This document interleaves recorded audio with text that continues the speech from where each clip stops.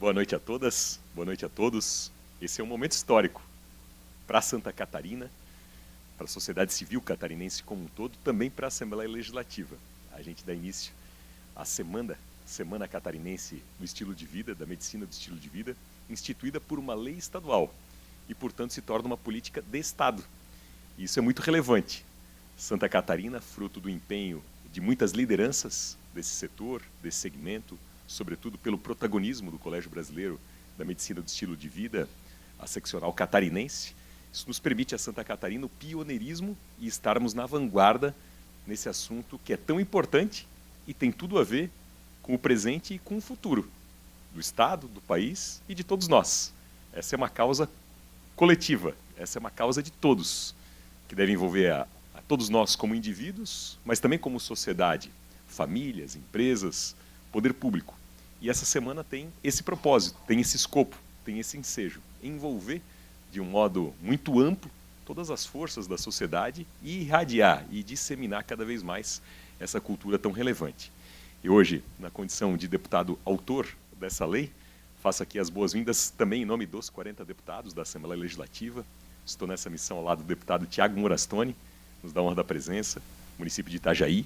Então, eu e o deputado Tiago, hoje estamos aqui designados pela Assembleia Legislativa para acolher com muito carinho a cada um dos que aqui estão e também institucionalmente agradecer. Uma lei, ela surge fruto de um espírito e de um desejo da sociedade. E nós recebemos essa demanda justamente da seccional catarinense do Colégio Brasileiro da Medicina de Estilo de Vida. E fomos subsidiados em relação a esse tema, em relação a esse propósito, e a gente está muito orgulhoso, portanto, de ver agora a concretização daquele desejo, daquela aspiração que nasceu lá atrás. Certamente é um primeiro passo muito importante de uma construção institucional que há muitas mãos e, ao longo do tempo, nós, em conjunto, como sociedade catarinense, vamos construindo. Mas, inicialmente, aqui nos cabe destacar, agradecer, acolher com carinho a coordenadora nacional do Desenvolvimento Regional do Colégio Brasileiro de Medicina de Estilo de Vida, nossa querida doutora Fernanda Bornhausen, a quem a gente agradece muitíssimo pelo empenho, pelo entusiasmo, pelo brilho no olhar, pelo idealismo na condução desses assuntos aqui que tocam a todos nós. O senhor conselheiro do Colégio Brasileiro de Medicina de Estilo de Vida, Dr. Marcelo Alberton, obrigado pelo carinho, pelo prestígio da presença. Conselheira fiscal do Colégio Brasileiro da Medicina de Estilo de Vida Nacional, doutora Keila Samistraro, muitíssimo obrigado também pela honra da presença, um privilégio e uma honra. Secretária de Saúde do município de Joaçaba, secretária Carla Vanessa Simas, muito bem-vinda. É bom ter também as experiências concretas dos municípios nessa construção conjunta. O vice-coordenador do Colégio Brasileiro de Medicina de Estilo de Vida, Dr. João Paulo Costa Braga. Secretária de Saúde do município de Videira, Maribel Gaia, também é uma honra tê-la aqui conosco. Representando o procurador e vereador Altino Júnior, a procuradora especial da Mulher da Câmara de Vereadores de Porto Belo, doutora Isabel Helena Martins, representando institucionalmente o município e a sua Câmara.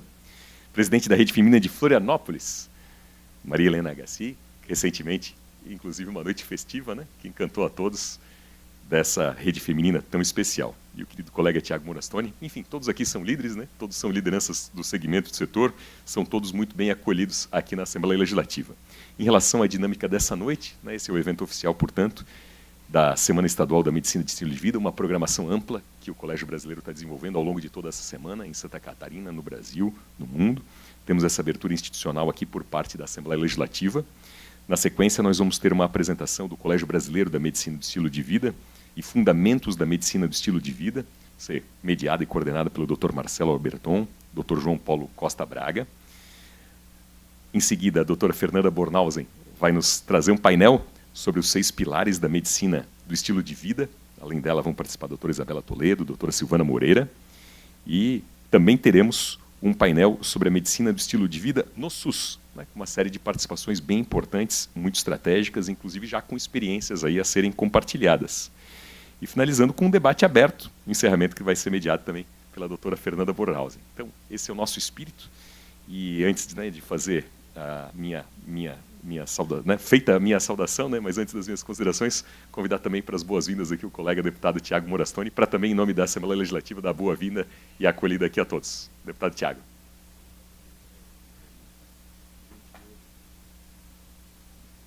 Pessoal, boa noite. Que prazer estar aqui. Napoleão, meu querido amigo, deputado, eu quero agradecer a oportunidade. Eu, quando recebi, fui provocado, na verdade, pela minha irmã, hoje, para estar aqui. Eu venho de uma família de médicos, né? Meu pai, médico, que foi deputado nessa casa também, sempre levando o debate da saúde pública como a sua grande bandeira. E na minha família todos vêm de uma medicina não tão tradicional. E a minha irmã hoje me provocou, disse, olha que legal que vai ter aí, vai lá, participa. E eu mesmo com uma agenda na sequência, disse, não, eu quero ir e participar, porque realmente eu acredito que a gente está tendo aqui uma oportunidade muito valiosa de discutir uma política pública que tem efetividade na vida das pessoas, na qualidade de vida das pessoas, na mudança de hábitos, e o quanto isso pode impactar de maneira positiva na recuperação de doenças e na prevenção de doenças. Então é um tema muito importante, deputado Napoleão, parabéns pela propositura. Doutora Fernanda, em seu nome, eu quero estender o cumprimento a todos que foram citados pelo deputado Napoleão anteriormente, desejar um excelente trabalho e uma profunda produção de conhecimento e desenvolvimento de políticas públicas. Então, é uma honra estar aqui participando e eu quero desejar a todos uma boa noite e um bom trabalho. Muito obrigado.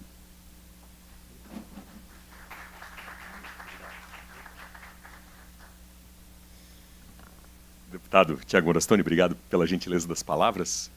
E esse é o espírito também do que deve ser a semana. O deputado Tiago foi vereador no município de Itajaí, secretário municipal. E qual que é o espírito, por exemplo, da construção das políticas públicas? Como é que nascem, como é que se desenvolvem? Eu, na minha vida profissional, sou advogado, professor na área do direito. O deputado Tiago também é advogado, com especialização em administração. Então, na verdade, é a sociedade, né, que deve provocar os agentes da política para a indução das políticas públicas. Esse é o cenário. O Estado, na verdade, é criado. O Estado é criado pela sociedade para dar conta, né, dos desafios que essa sociedade tem. Mas, portanto, é a sociedade que é a criadora desse ente chamado Estado. O Estado é uma criatura gerada pela sociedade, portanto, deve estar a serviço dessa sociedade. Então, o canal ele deve ser exatamente esse, né? Que a sociedade civil, que tem o conhecimento técnico, que estuda, que vivencia, que experiencia uma determinada vivência, que possa nos contribuir para que as políticas públicas possam ser gestadas, lapidadas, aperfeiçoadas, amadurecidas. E quando surge um momento institucional como esse, uma semana, por exemplo, é nesse sentido que disse bem aqui o deputado Tiago, ela é provocativa. Ela é provocativa nesse contexto, para nos fazer parar para refletir, parar para pensar, levar pessoas a despertar a esta reflexão. E aí, gradativamente, os resultados vão acontecendo.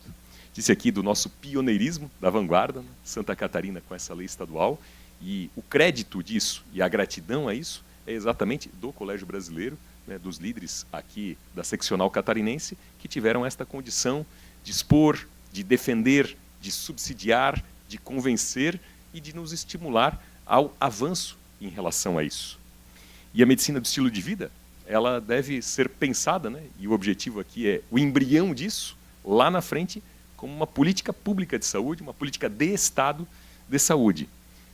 Justamente no sentido de incutir gradativamente, como deve ser, e como é a ordem natural das coisas, uma mudança de lógica, para inaugurar um novo paradigma. E um novo paradigma ele depende do amadurecimento da sociedade. E o amadurecimento da sociedade depende de momentos como esse, de reflexão, de indução, plantar a semente. A semente deve ser plantada, semeada, adubada, para que daí venha a surtir os seus frutos. Nós, quando eu digo nós, né, no sentido de sociedade, né, nós estamos habituados a encarar a saúde, né, e as políticas de saúde como tratamento e cura de doenças. Esse é o paradigma, essa é a lógica fruto de uma cultura inculcada aí de muito tempo. Quando fui prefeito de 2013 a 2018, fui prefeito por 2 oportunidades, né, logo no início do mandato, enfim. Né, quando a gente tratava de algum tema de saúde, era justamente esse, né, como internar mais, como ter condição, né, de mais remédio, de mais atendimento, de mais cirurgia, de mais exame. Né, o que nos impunham, né, o que o pessoal da saúde nos trazia? Era só a demanda desse mais. Né? E aí, quando eu fui reeleito, inclusive já disse isso num determinado momento, e não é por estar na frente de vocês, né, isso é história. Aquilo me incomodava um pouquinho, né? Porque eu pensei, quando é que a gente vai falar de esporte, né? De brincar, pegar sol, né? Enfim. E aí eu mudei o nome da secretaria, numa reforma administrativa. E ficou até hoje. Só não mudou a cultura ainda. Mas a gente mudou na reforma administrativa em 2016. 2016. A gente fez uma reforma administrativa, quando fui reeleito, para mudar o nome da Secretaria de Saúde para a Secretaria de Promoção da Saúde. Para tentar criar essa lógica, aos poucos, né? De que a gente pudesse também, no mínimo, tem um olharzinho lá na prevenção. Mas, enfim, esse é o desafio da longevidade, né? É a gente promover saúde e não simplesmente tentar tratar ou curar doenças. E a gente está colocado como um desafio de sociedade mundial. Pelos avanços que houve, em uma série de aspectos, as pessoas vivem mais. Né? Há mais expectativa de vida. Mas, né, não basta viver mais. A gente quer viver bem, viver mais e viver melhor. Viver com plenitude. Então, esse realmente é um dos temas, talvez, dos mais contemporâneos e um dos desafios, né, mais instigantes que a sociedade mundial deve deparar. Recentemente, estava com a minha pequena em casa, final de semana, aí estava folheando uma revista e dei para ela folhear, para ir incentivando ela um pouquinho, né, no hábito da leitura, e aí mostrei uma fotinho lá de uma freira de 115 anos, e que até então era a pessoa, né, com mais idade no mundo, e era brasileira. Uma freira que morreu às vésperas de completar 116 anos. Então, até comentei isso com a minha pequena por curiosidade. Esse é um exemplo, né, muito específico, muito pontual. Mas, na média, né, o fato é esse. As pessoas vivem mais. E a gente precisa viver mais e melhor. Com autonomia, com saúde mental, com propósito. O próprio Evangelho, né, Mateus nos diz, né, da vida em abundância. Né, e a gente tem que traduzir esse Evangelho para essa necessidade que é a vida, né, enfim, em plenitude. Então, essa lei é um ponto de partida para políticas intersetoriais, no sentido de incutir uma nova mentalidade e a presença aqui de secretarias municipais de saúde. Já com exemplos a compartilhar, isso é muito alvissareiro, porque a transformação depende de todos. Sociedade, governos, profissionais de saúde, famílias, empresas, e também do protagonismo individual. Né? Cada um de nós ser o próprio agente das suas transformações, na promoção da sua própria saúde e talvez dos seus próprios exemplos, também através da cultura do exemplo, fazer boas irradiações, para que famílias, escolas, comunidades possam estar envolvidos na disseminação desses hábitos que fazem diferença.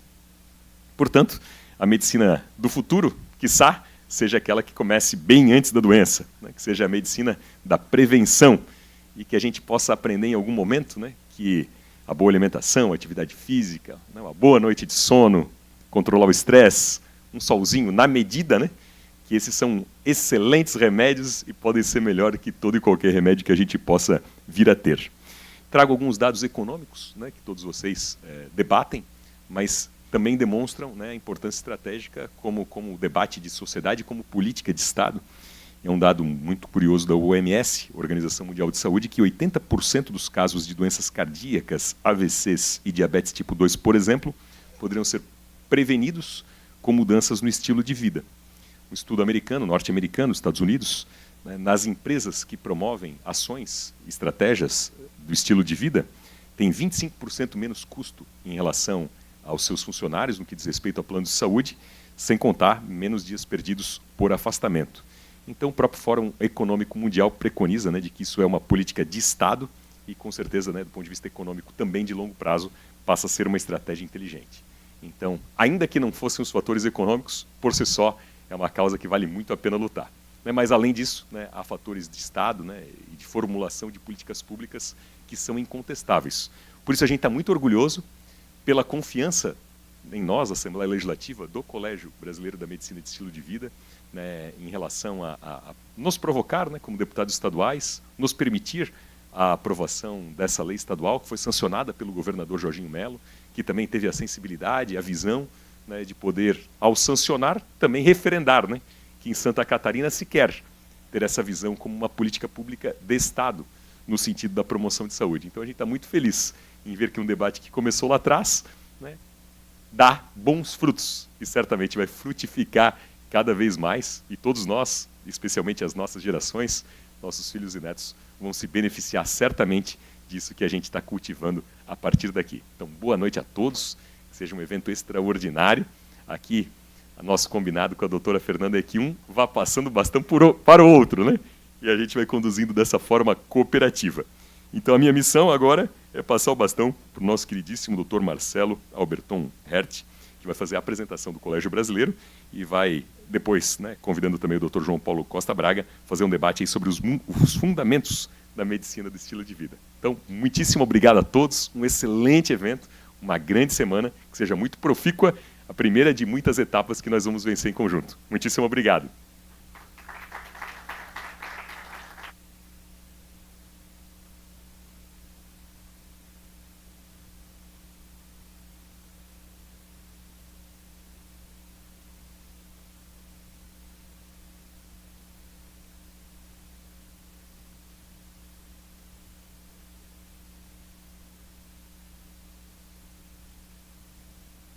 Uma boa noite a todos. É com uma imensa alegria participar dessa sessão solene e representar, como conselheiro de Santa Catarina, o Colégio Brasileiro de Medicina do Estilo de Vida. Meu nome é Marcelo Alberton, eu sou médico especialista em cirurgia geral e também em medicina preventiva e social. Eu tenho trabalhado na saúde em Santa Catarina nos últimos anos em diferentes frentes. Desde o início da minha atuação como cirurgião, em emergências, em sobreaviso de cirurgia, passando por funções de gestão hospitalar, em órgãos associativos, em autarquias como o Conselho Regional de Medicina, a Associação Catarinense de Medicina, e também atuando na saúde suplementar, onde até o momento atual com um foco mais em medicina preventiva e serviços de atenção mais integral à saúde, justamente para evitar que os pacientes acabem nos serviços de emergência, onde eu iniciei a minha trajetória como médico. E antes de dar sequência, eu gostaria aqui de convidar para que se levantassem os meus colegas profissionais de saúde aqui presentes, que também são certificados em medicina do estilo de vida pelo Colégio Brasileiro e também pelo Colégio Americano, estilo de vida, para receberem um reconhecimento especial.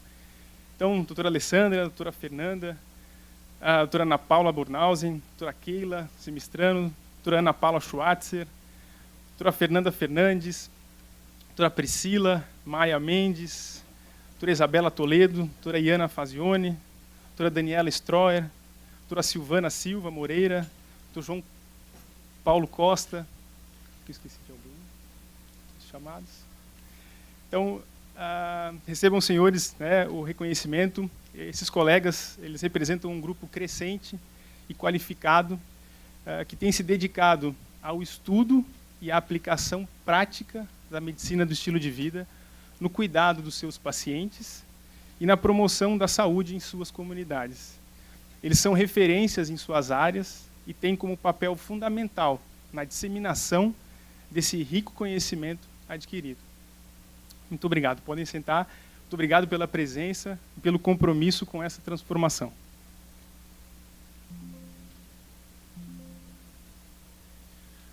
O Colégio Brasileiro de Medicina do Estilo de Vida, ela é a instituição oficial que representa o movimento de medicina do estilo de vida no Brasil. Ela vem em alinhamento, né, com o American College de Medicina, né, do Estilo de Vida, que é o Colégio Americano, e a Aliança Global. E eles vêm atuando de forma integrada com o movimento internacional. Nessa foto, o nosso presidente, Dr. Bruno Colotoni, que é cardiologista, e ele, na ocasião do congresso do ano passado, ele lembrava o nosso objetivo, de promover, apoiar e consolidar a medicina do estilo de vida como base para o cuidado de saúde em nosso país. Nossa visão é um Brasil onde a medicina do estilo de vida é a base de todos os cuidados em saúde e na assistência, ensino, pesquisa e gestão. Nossa missão é promover e desenvolver oficialmente a medicina do estilo de vida no Brasil, em alinhamento com a Aliança Global, para prevenir, tratar e até reverter as doenças crônicas não transmissíveis, como diabetes, pressão alta e obesidade. E os nossos valores são respeito às melhores evidências científicas disponíveis, o cuidado transdisciplinar, a equidade, a integridade, integralidade na saúde, a medicina centrada na pessoa, com ética, honestidade, transparência e integridade na gestão.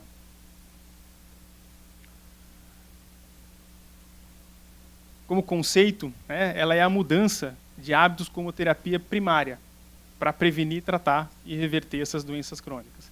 E nosso objetivo é transformar o cuidado em saúde, promovendo a prevenção com base em escolhas cotidianas fundamentadas em evidências científicas. Nossos 6 pilares são alimentação saudável, atividade física regular, um sono adequado e reparador, controle de estresse, conectividade, tanto conectividade social, de conexões sociais positivas, mas também conectividade com espiritualidade, com propósito de vida e com a natureza. E também o abandono, o controle de substâncias nocivas. E eles serão melhores detalhados aí num painel que a gente vai ter na sequência. Então essa foto, ela ilustra um pouquinho essa semente que o deputado comentou que foi plantada aqui no estado de Santa Catarina como o protagonismo desse movimento. Nós somos o primeiro estado do Brasil a instituir oficialmente a Semana Estadual da Medicina do Estilo de Vida. E foi sancionada pelo governador, como já foi dito. E essa foto, aqui registrando 3 grandes nomes, além da nossa então presidente do Colégio Brasileiro de Medicina do Estilo de Vida, doutora Silvia Lagrota, à esquerda, a nossa querida diretora nacional, Fernanda Bornhausen, aqui presente, e a nossa excelentíssima deputada federal, Carmen Zanotto, que também é da área da saúde e agora é membro honorária do Colégio Brasileiro do Estilo de Vida e está à frente de um projeto de lei que busca também instituir oficialmente a Semana de Medicina do Estilo de Vida em âmbito nacional, reconhecendo a sua importância para a saúde da população brasileira. Então, nosso compromisso é transformar o paradigma do tratamento das doenças crônicas, capacitando gestores, e aqui agradecendo os gestores presentes, capacitando médicos, profissionais de saúde e pacientes, para que escolhas sustentáveis sejam feitas no estilo de vida. E trata-se de construir um sistema de saúde mais eficiente, mais humano e mais acessível, com mais significado tanto para quem cuida quanto para quem é cuidado. E para quem é médico e que pode estar tendo a oportunidade de nos acompanhar, a mudança do estilo de vida ela já está presente nas principais diretrizes internacionais, nos consensos nossos de especialidades médicas, e ele já é o tratamento primário para essas principais afecções de doenças crônicas como diabetes, pressão alta, obesidade, e que tanto afligem e pressionam o nosso sistema de saúde. E o Colégio Brasileiro representa um movimento internacional para trazer mais atenção a essa primeira escolha de tratamento, trazendo mais investimento, mais estrutura, mais estudos, treinamentos e mais capacidade para a gente exercer um melhor cuidado de saúde. Eu quero agradecer a atenção de todos, agradecer em especial o ilustríssimo deputado Napoleão Bernardes, também agradecer o deputado Tiago Morastoni, aqui presente e dando apoio, e a todos que contribuíram para tornar essa jornada realidade. Eu finalizo destacando a importância dos profissionais certificados aqui presentes, que são pilares dessa transformação, e em especial a Fernanda Bornhausen, que tem tido um protagonismo enorme nesse movimento. E para seguir com a apresentação, eu convido agora meu colega e vice-conselheiro do Colégio Brasileiro aqui em Santa Catarina, o Dr. João Paulo Costa Braga, que vai aprofundar um pouco mais essa visão conosco. Muito obrigado.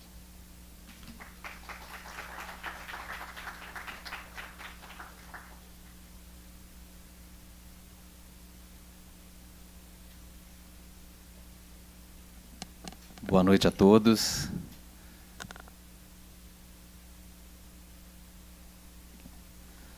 É uma alegria, uma honra estar aqui presente com todos vocês. Agradecer primeiramente aí a Assembleia, né, o deputado Napoleão, deputado Tiago também, que é irmão de uma querida amiga médica, doutora Carol. A gente mandou bastante mensagem, esteja lá. Ele falou, não vou estar não, mas meu irmão vai estar. Então, realmente uma alegria imensa, muito grato. Eu espero, na apresentação, mostrar que vocês fizeram a decisão certa ao aprovar essa lei, que vocês tiveram uma visão mesmo pioneira e que os dados, né, que vocês se embasaram em dados, né, dados que vêm sendo coletados há muitos anos, há décadas, mas que infelizmente não está, né, acessível não está, na verdade, em conhecimento de uma grande maioria da população, ou de profissionais de saúde, ou políticos, e realmente agora é uma oportunidade imensa que Santa Catarina é pioneira no Brasil em relação a isso, para a gente estar podendo espalhar essas boas novas, né? Então, agradecer ao Marcelo, a todos os companheiros certificados, a Fernanda, né, por esse protagonismo imenso, né, de ter dado esse pontapé, à Keila, que realmente é um trabalho muito importante. Eu vou fazer uma apresentação de dados, mas antes eu vou fazer uns 3 minutinhos aqui de uma história que vai representar esses dados. É uma história familiar, infelizmente é uma história não muito alegre, mas que muitas famílias no mundo vivem. E aí, com os dados, eu vou mostrar que essa epidemiologia ela é real, e que está acontecendo e que a gente precisa fazer algo para frear isso. E a medicina do estilo de vida é um potencial elemento que pode transformar. Então, a minha mãe, né, ela tem 5 irmãs, né, são 5 irmãs, ela era a mais velha das 5 irmãs, e a minha mãe tem 86 anos, né, algumas pessoas conheceram ela aqui no domingo, uma pessoa que mora sozinha, né, faz tudo sozinha, pratica atividade física 4 vezes por semana, não usa remédio para diabetes, nem para colesterol, nem para pressão alta, e é a mais velha de todos. Então, todas as 5 têm uma genética muito parecida. Infelizmente, 3 das minhas tias fumaram uma parte imensa da vida. E beberam também uma parte imensa da vida. E uma outra tia foi asmática uma vida inteira e acabou não fumando nem bebendo. Em resumo, minha mãe hoje então, é a mais velha, mas sempre foi a mais saudável, a que tinha mais energia, a que nunca usou remédio. E a que está viva junto com uma outra irmã. Porque as outras 3, infelizmente, se comprovaram um dado epidemiológico, que o cigarro, que a bebida, que a falta de atividade física realmente podem encurtar os nossos anos de vida. Uma delas era médica, neurologista em Brasília, e todas elas com muita energia, e a gente vai ver que a ausência da doença não quer dizer que a gente não esteja indo para o lado patogênico, mas podemos estar. E todas elas, 3, então, 2 morreram de câncer, né, e uma com tromboembolismo pulmonar recentemente. E foi morte súbita, assim, muito rápida, que nunca ninguém imaginava. Então, imagina a perda para a família, né? Uma delas ia ser avó, primeira vez, né, faleceu antes da neta nascer, e tudo isso por hábitos que foram, infelizmente, cultivados e foram tirando a vitalidade daquele organismo que acabou se despedindo prematuramente. Então, isso acontece em todas as famílias, está acontecendo constantemente. E esse dado a gente tem, né? Antigamente, sei lá, 100 anos não se tinha, 80 anos não se tinha, mas hoje a gente tem, e é o que a gente vai estar mostrando aqui agora, para tentar diminuir esse sofrimento familiar para as pessoas, um peso também, um custo, porque imagina essas pessoas também, o custo que é isso para o Estado, né? O custo que é isso para a saúde, mas com certeza para as famílias. Tá? Deixa eu ver aqui.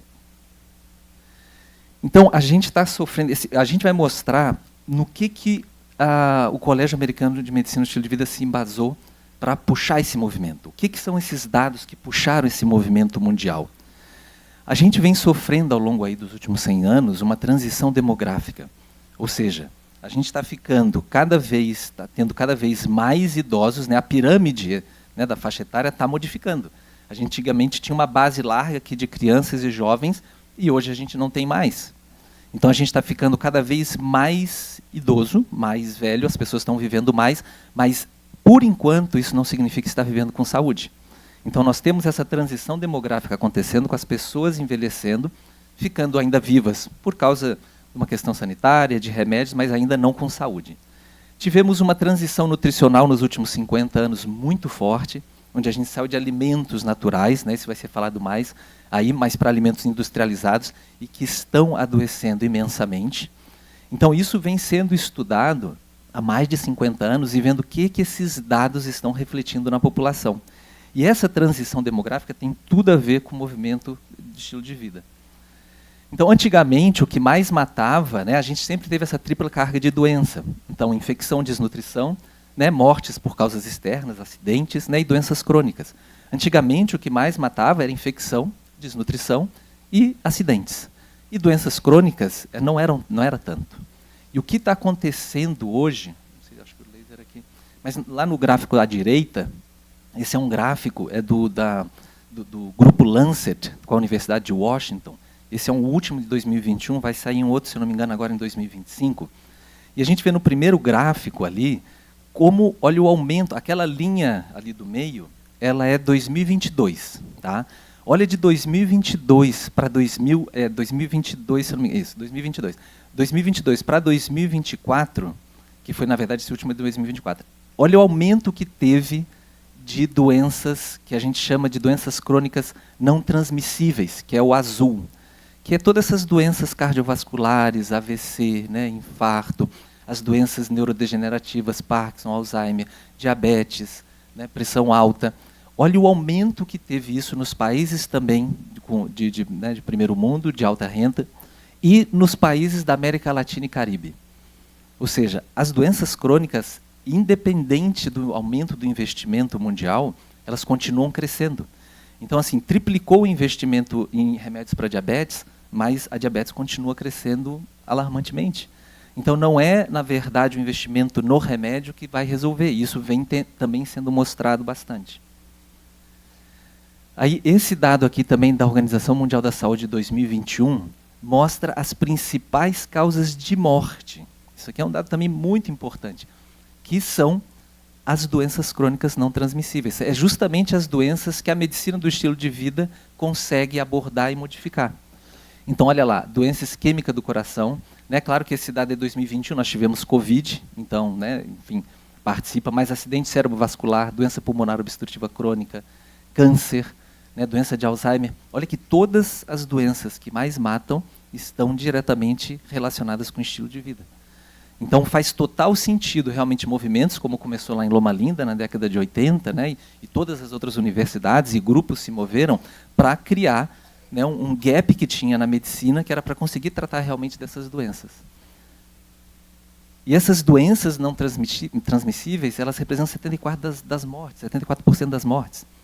E as minhas tias entraram nesses números aí, né?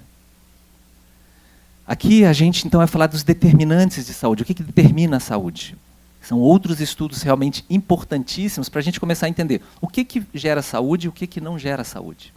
Então, esse é um grupo que tem em Boston, muito interessante, que ele faz constantemente atualização dos grandes estudos epidemiológicos, e ele mostra que os hábitos de vida estão responsáveis, são 36% responsáveis pela saúde. É um número imenso, ou seja, o que a gente come, como é que a gente dorme, né, o tipo de exercício que a gente faz representa 36%, pode ser de 30%, 40% e poucos %. Então, se a gente não aborda isso, a gente não está, na verdade, abordando saúde, né? Fator socioeconômico é importante também. A genética e a biologia são importantes, mas não são tão importantes quanto a gente sempre imaginou. Então, mesma coisa. Minha mãe tem uma genética, mesma genética das minhas tias, né?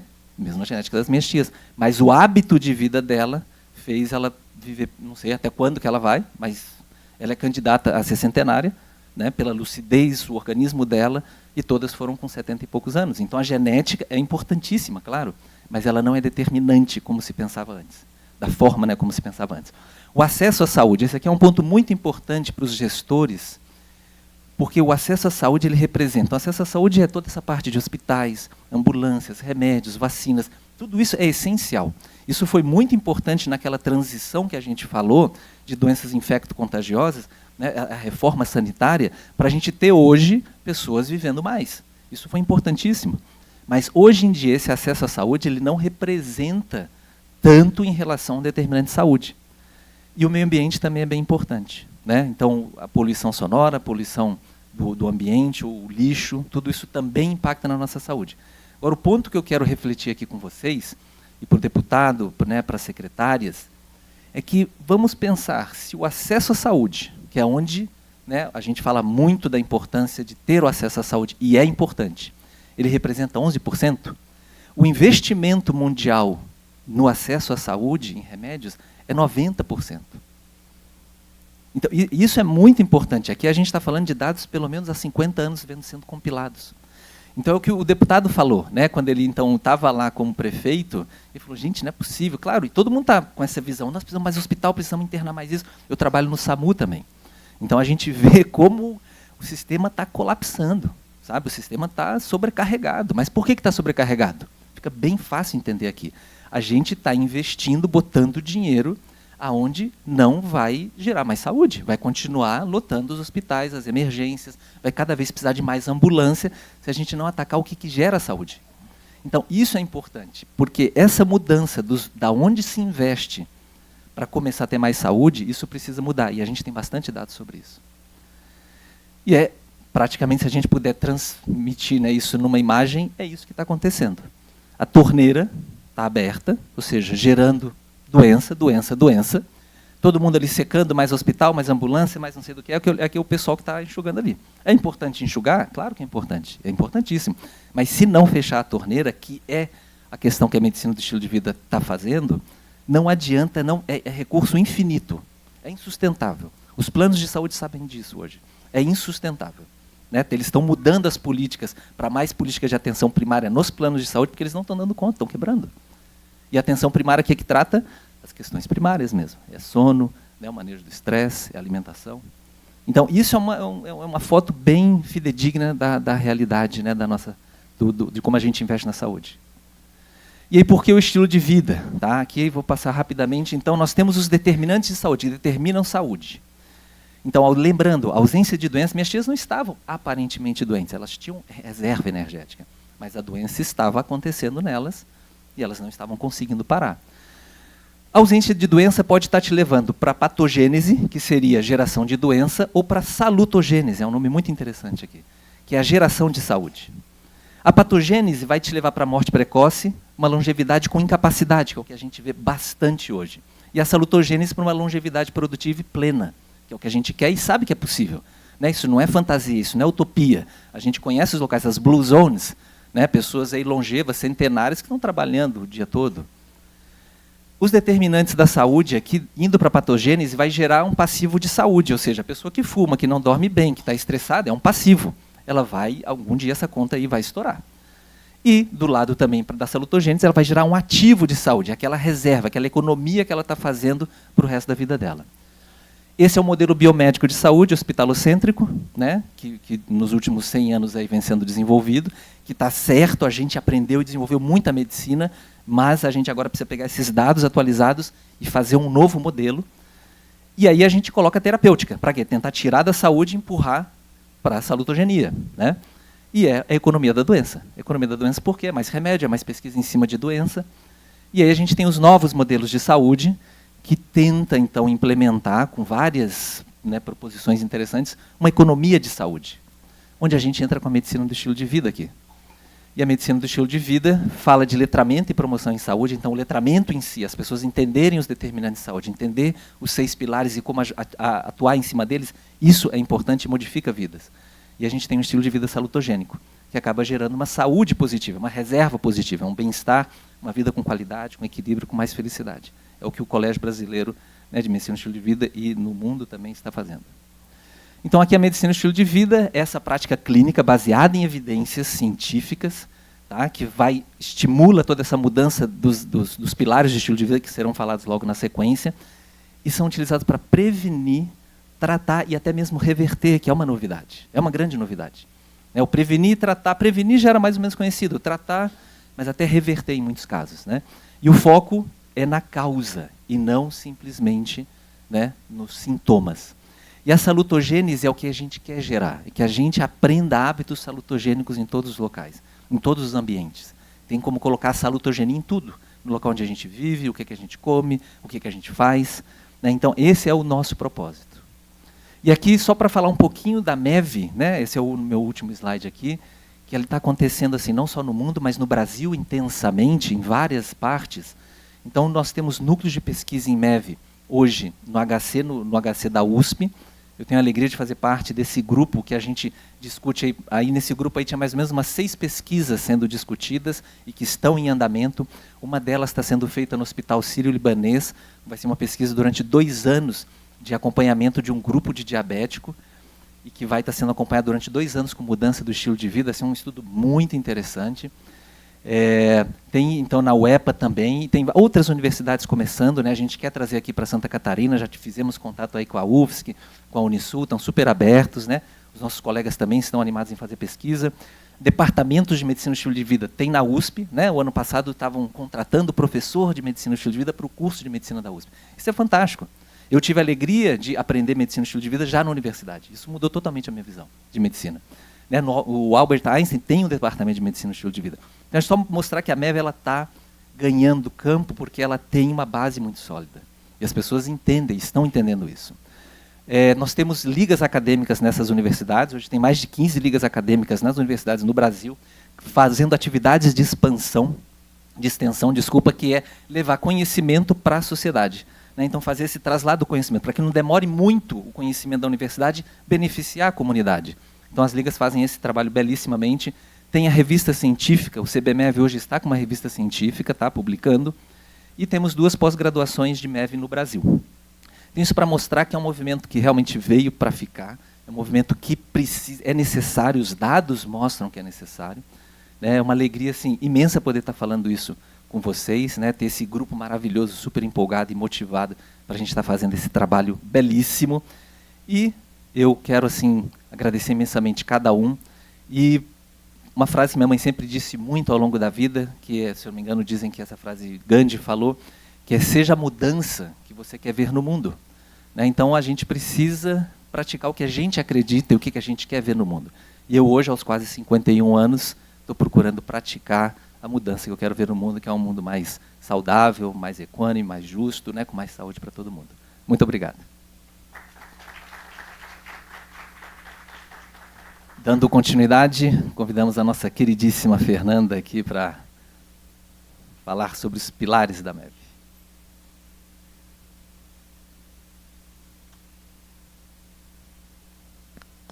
Boa noite, gente. É uma honra estar aqui na Assembleia Legislativa. Obrigada, deputado Tiago Morastoni, por estar conosco.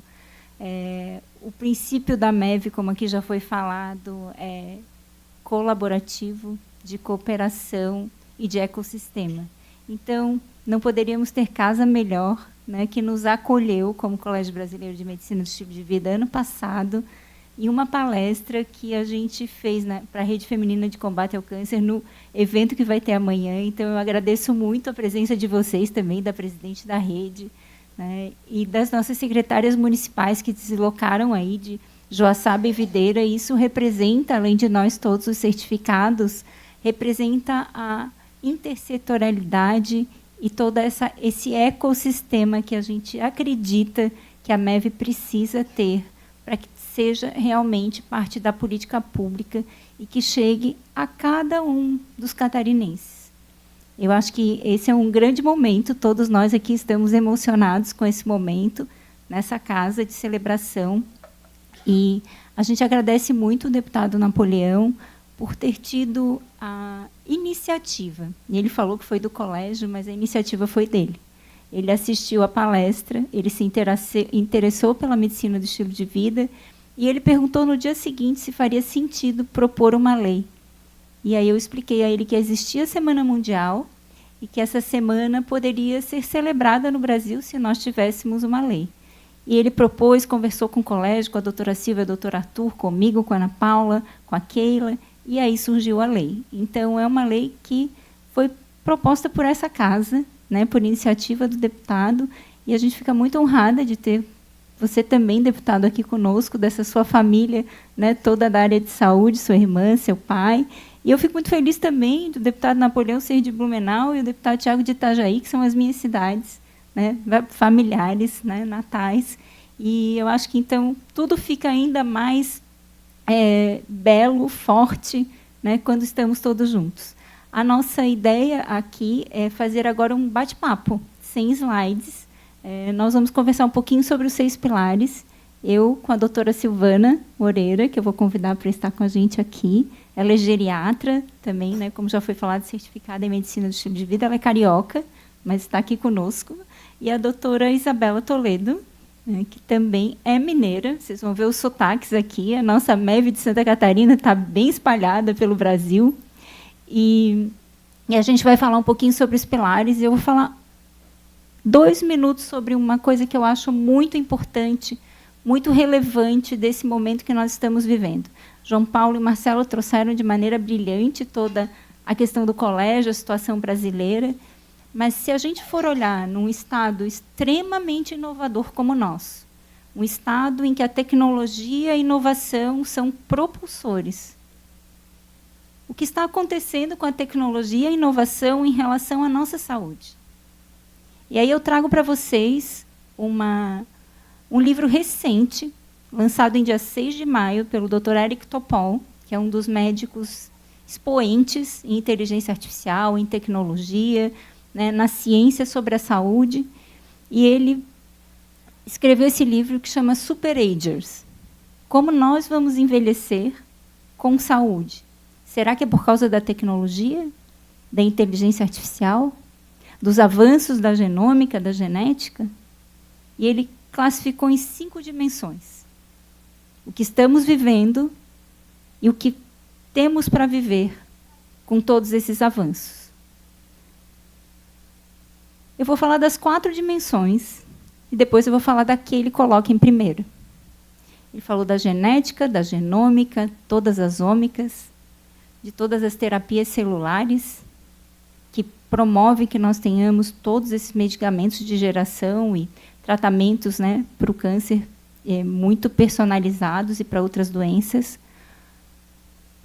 As inteligência artificial por si só, e o outro livro dele é Medicina Profunda sobre Inteligência Artificial, doenças e vacinas. E vocês sabem o que ele coloca em primeira dimensão, depois de todos esses estudos? Ele levou 5 anos para conseguir um grupo de pesquisa com americanos de 80 anos mais que não tivessem nenhuma doença crônica. Ele demorou muito tempo para fazer esse grupo de pesquisa. E eles tinham uma suposição, nesse estudo científico, de que essas pessoas tinham um privilégio genético, que elas teriam menos predisposição para essas doenças. E o que ele constatou? Que não existia esse privilégio genético. O que existia era um estilo de vida mais saudável. E eram 3 fatores. 2, um meio óbvio, com toda a ciência que nós temos, que tem a ver com o nosso pilar da atividade física, que a Silvana e a Isabela vão conversar aqui com vocês. O outro, esse grupo tinha 13 quilos a menos do que a média da população americana de peso. E o outro era o fator educacional, que é um ponto para nós realmente de muita atenção. E o que ele chegou à conclusão? De que o Lifestyle Plus, que é o que ele cunhou no livro, é o que domina e é o que ele, inclusive, aplica na vida dele. Então, o que ele quis dizer nesse livro, lançado agora, vou relembrar, 6 de maio, um médico cientista de ponta, que a nossa questão está no estilo de vida. Genômica, ômicas, toda a parte de inteligência artificial, toda a parte celular, todos os avanços em medicamentos, eles vêm a serviço de uma longevidade com saúde, se nós tivermos um estilo de vida saudável. Dito isso, eu acho que a gente traz a nossa discussão para um panorama mundial e vejo que Santa Catarina tem todas as condições, trabalhando com inovação e com tecnologia há muito tempo, de que nós estejamos na ponta de trazer esse Lifestyle Plus, essa medicina do estilo de vida a mais, usando tudo que nós temos aqui, e não nós, os profissionais de saúde, nós, a sociedade catarinense. Então, esse é uma reflexão, um chamado que eu faço para quem está nos ouvindo, né, assistindo, que vai assistir depois, para todos vocês que estão aqui. O que a gente vai conversar sobre os pilares, sim, são as recomendações baseadas em ciência, em evidência, ciência robusta, mas a gente pode ir muito mais em cada pilar, principalmente no nosso solo catarinense. Então, eu vou sentar aqui com as meninas e elas vão conversar com a gente sobre os 6 pilares, né, de uma maneira mais a nível de conversa, informal, e a gente depois passa aqui para o nosso modelo de experiência da medicina do estilo de vida no SUS, que é extremamente importante, porque se nós queremos falar em medicina do estilo de vida, tem que ser para todas as pessoas. Não pode ser para a saúde privada, né? Nós temos que falar de políticas públicas, de um plano Dante, que nós temos no Brasil, inclusive premiado, pouco implementado. E aí não é demérito para ninguém, é uma sociedade unida para implementar esse plano. Vou sentar aqui com elas para a gente começar a nossa conversa.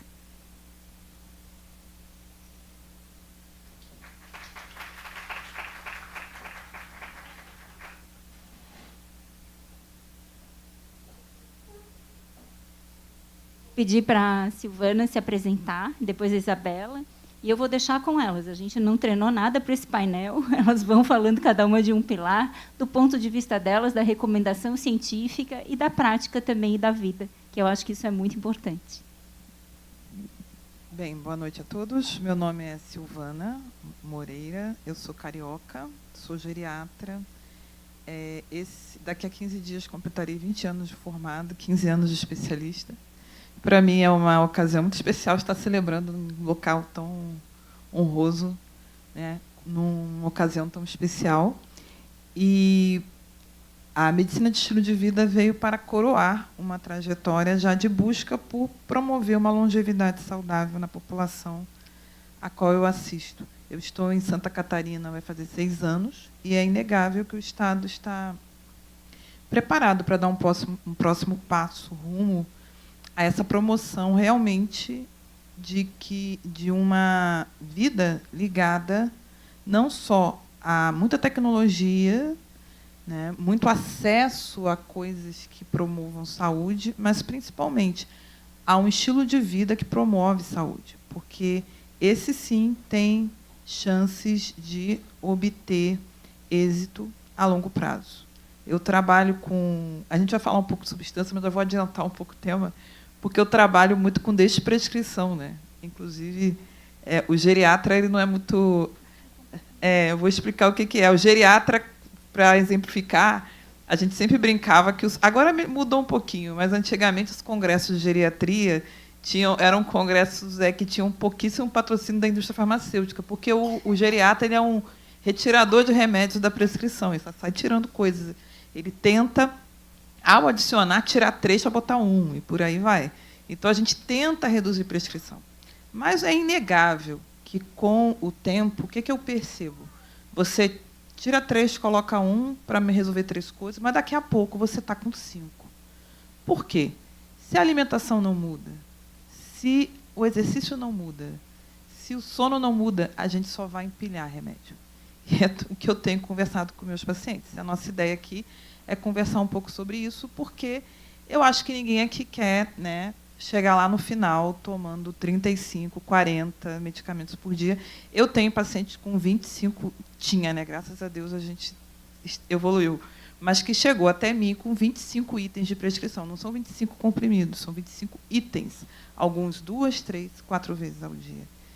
E é isso que a gente quer, chegar até lá. Então, a gente quer conversar um pouco para a gente não chegar nesse ponto. Tá certo? Muito obrigada.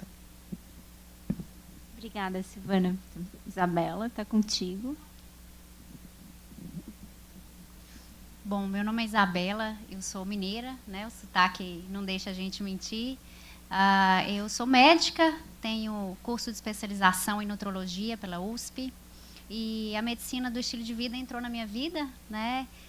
Muito inspirada também pela minha mãe, Marilda Toledo, que é assistente social, e que desde pequena me deu o privilégio de crescer em uma cidade do interior, e que o consumo de alimentos, por exemplo, orgânicos, né, naturais, e bons hábitos mesmo de vida, se fizeram presentes na minha vida de uma forma muito natural. Então, eu cresci e foi muito grato para mim, né, à medida da minha experiência de trabalho, de vida, poder coincidir, né, com esses protocolos e essa ciência robusta, né, Fernanda? A gente estava conversando que a coletânea de evidências científicas da medicina do estilo de vida ronda ao redor de 100 mil evidências robustas de investigações em centros de muita credibilidade. Então, a gente está embasado hoje em dia para poder realmente dar as recomendações e falar sobre cada um dos pilares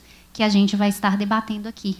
Então, queria agradecer a todos vocês por estarem aqui, né? E vamos iniciar aí, se vocês, né, assim, percebem a nossa discussão. Isabela, eu acho que é bom a gente comentar com vocês, quem está nos assistindo aqui, que nos Estados Unidos existem 360 residências médicas de medicina do estilo de vida já. E lá a residência médica ela é feita sanduíche. Então o médico está fazendo geriatria como a Silvana e medicina do estilo de vida ao mesmo tempo, né? Ele está fazendo cardiologia e medicina do estilo de vida. Quando ele termina a residência, ele está com as duas especialidades. Aqui nós não temos ainda, né? Não é uma especialidade médica, não é uma área de atuação. Todos aqui são médicos, com a minha exceção que eu sou psicóloga, a Ana Paula, que é dentista, e a Keila, que é dentista. Então, em Santa Catarina, nós temos 11 médicos, né? Existe um trabalho para que seja uma especialidade médica, uma área de atuação. O doutor Marcelo está na frente disso, o João Paulo e vários médicos. Mas só para vocês verem a força, né, das evidências e a posição que o Colégio do Americano tem hoje, que ele está na casa dos delegados e ele participa da definição da política pública. Então, tudo isso que elas vão colocar aqui dos 6 pilares é realmente de muita evidência científica, mas também de muita prática, né, de muita reversão de doença, controle e prevenção. Quer dizer que os Estados Unidos estão com ótimos índices? Não. Por isso mesmo é que eles estão ainda investindo mais ainda na medicina do estilo de vida. Eu vou deixar com elas aqui para fazer o bate-bola dos pilares. Bem, por onde vamos começar? Bem, vamos falar então daquele que eu acho que hoje é atividade física. Eu ia falar que é a grande vedete do dia, atividade física. Todo mundo aqui sabe que exercício físico é bom, né? Assim, isso todo mundo aqui, se alguém disser assim, não sabia, né? Isso é de conhecimento comum. Eu falo que a atividade física é a nova panaceia da humanidade. Tudo agora é atividade física, mas pela primeira vez em muito tempo a gente talvez esteja acertando, porque muita coisa surge como algo que pode resolver múltiplos problemas de saúde ao mesmo tempo, e daqui a pouco você começa a ver evidência científica que não é tanto assim, né? Ou aquilo passa a ser superado por coisas melhores. Quando a gente fala de atividade física, a gente começa a ver que realmente o exercício físico ele melhora a saúde física, mental, social, tudo começa a girar em torno de uma melhoria quando você tem esse pilar bem fundamentado. Quando a gente está falando de atividade física, de exercício físico, é bom também colocar alguns conceitos, como, por exemplo, a gente tanto está comentando sobre a redução do tempo sedentário. O tempo sedentário ele é muito negativo, né? Eu vou para a academia, mas eu passo 4, 6, 8 horas sentado. Isso também é muito ruim. Então, a gente trabalha também por essa questão da atividade como um todo, do mover-se naturalmente, mas também de você ter momentos propositivos, intencionais de exercício físico. Então, o exercício físico é um tipo de atividade física, mas nem toda atividade física é um exercício. E é muito importante que a população saiba isso, porque muitas vezes as pessoas não querem fazer exercício porque já se sentem muito ativas. Mas por que é importante fazer o exercício físico? Durante esse processo intencional, você tem a liberação de uma série de substâncias e você trabalha também a questão dos ritmos do corpo, que eu quero depois detalhar mais tarde. E isso acaba promovendo uma melhoria metabólica, até inflamatória, de cognição, de várias questões. E, muitas vezes, nós estamos muito preocupados com medicamentos que vão resolver essas questões, quando o exercício físico, por si só, uma terapia não farmacológica pode promover isso. Mas que tipo de exercício? Nós pensamos como o mínimo aceitável para a gente se considerar ativo, 150 minutos por semana, podendo chegar, melhor ainda, né, entre 200 e 300 minutos, e que tenham 2 momentos por semana de atividades de fortalecimento, resistência. Claro que isso aqui é o básico, a gente precisaria avançar mais, mas o tempo é curto. Agora, para chegar a isso, todo mundo vai dizer assim, Silvana, é fácil falar, mas como é que eu vou encaixar isso? E aí que a gente entra propondo como mudar o hábito para sair do zero e chegar a essa meta. E isso é fundamental, porque isso acaba, esse momento de exercício físico, ele acaba promovendo a melhoria de outros pilares que estão aqui, como, por exemplo, a questão do manejo do estresse, né, e a questão até da rotina que você vai criar e que você vai incluir os momentos de alimentação. Certo? Vou deixar a alimentação para a Isabela já detalhar para a gente.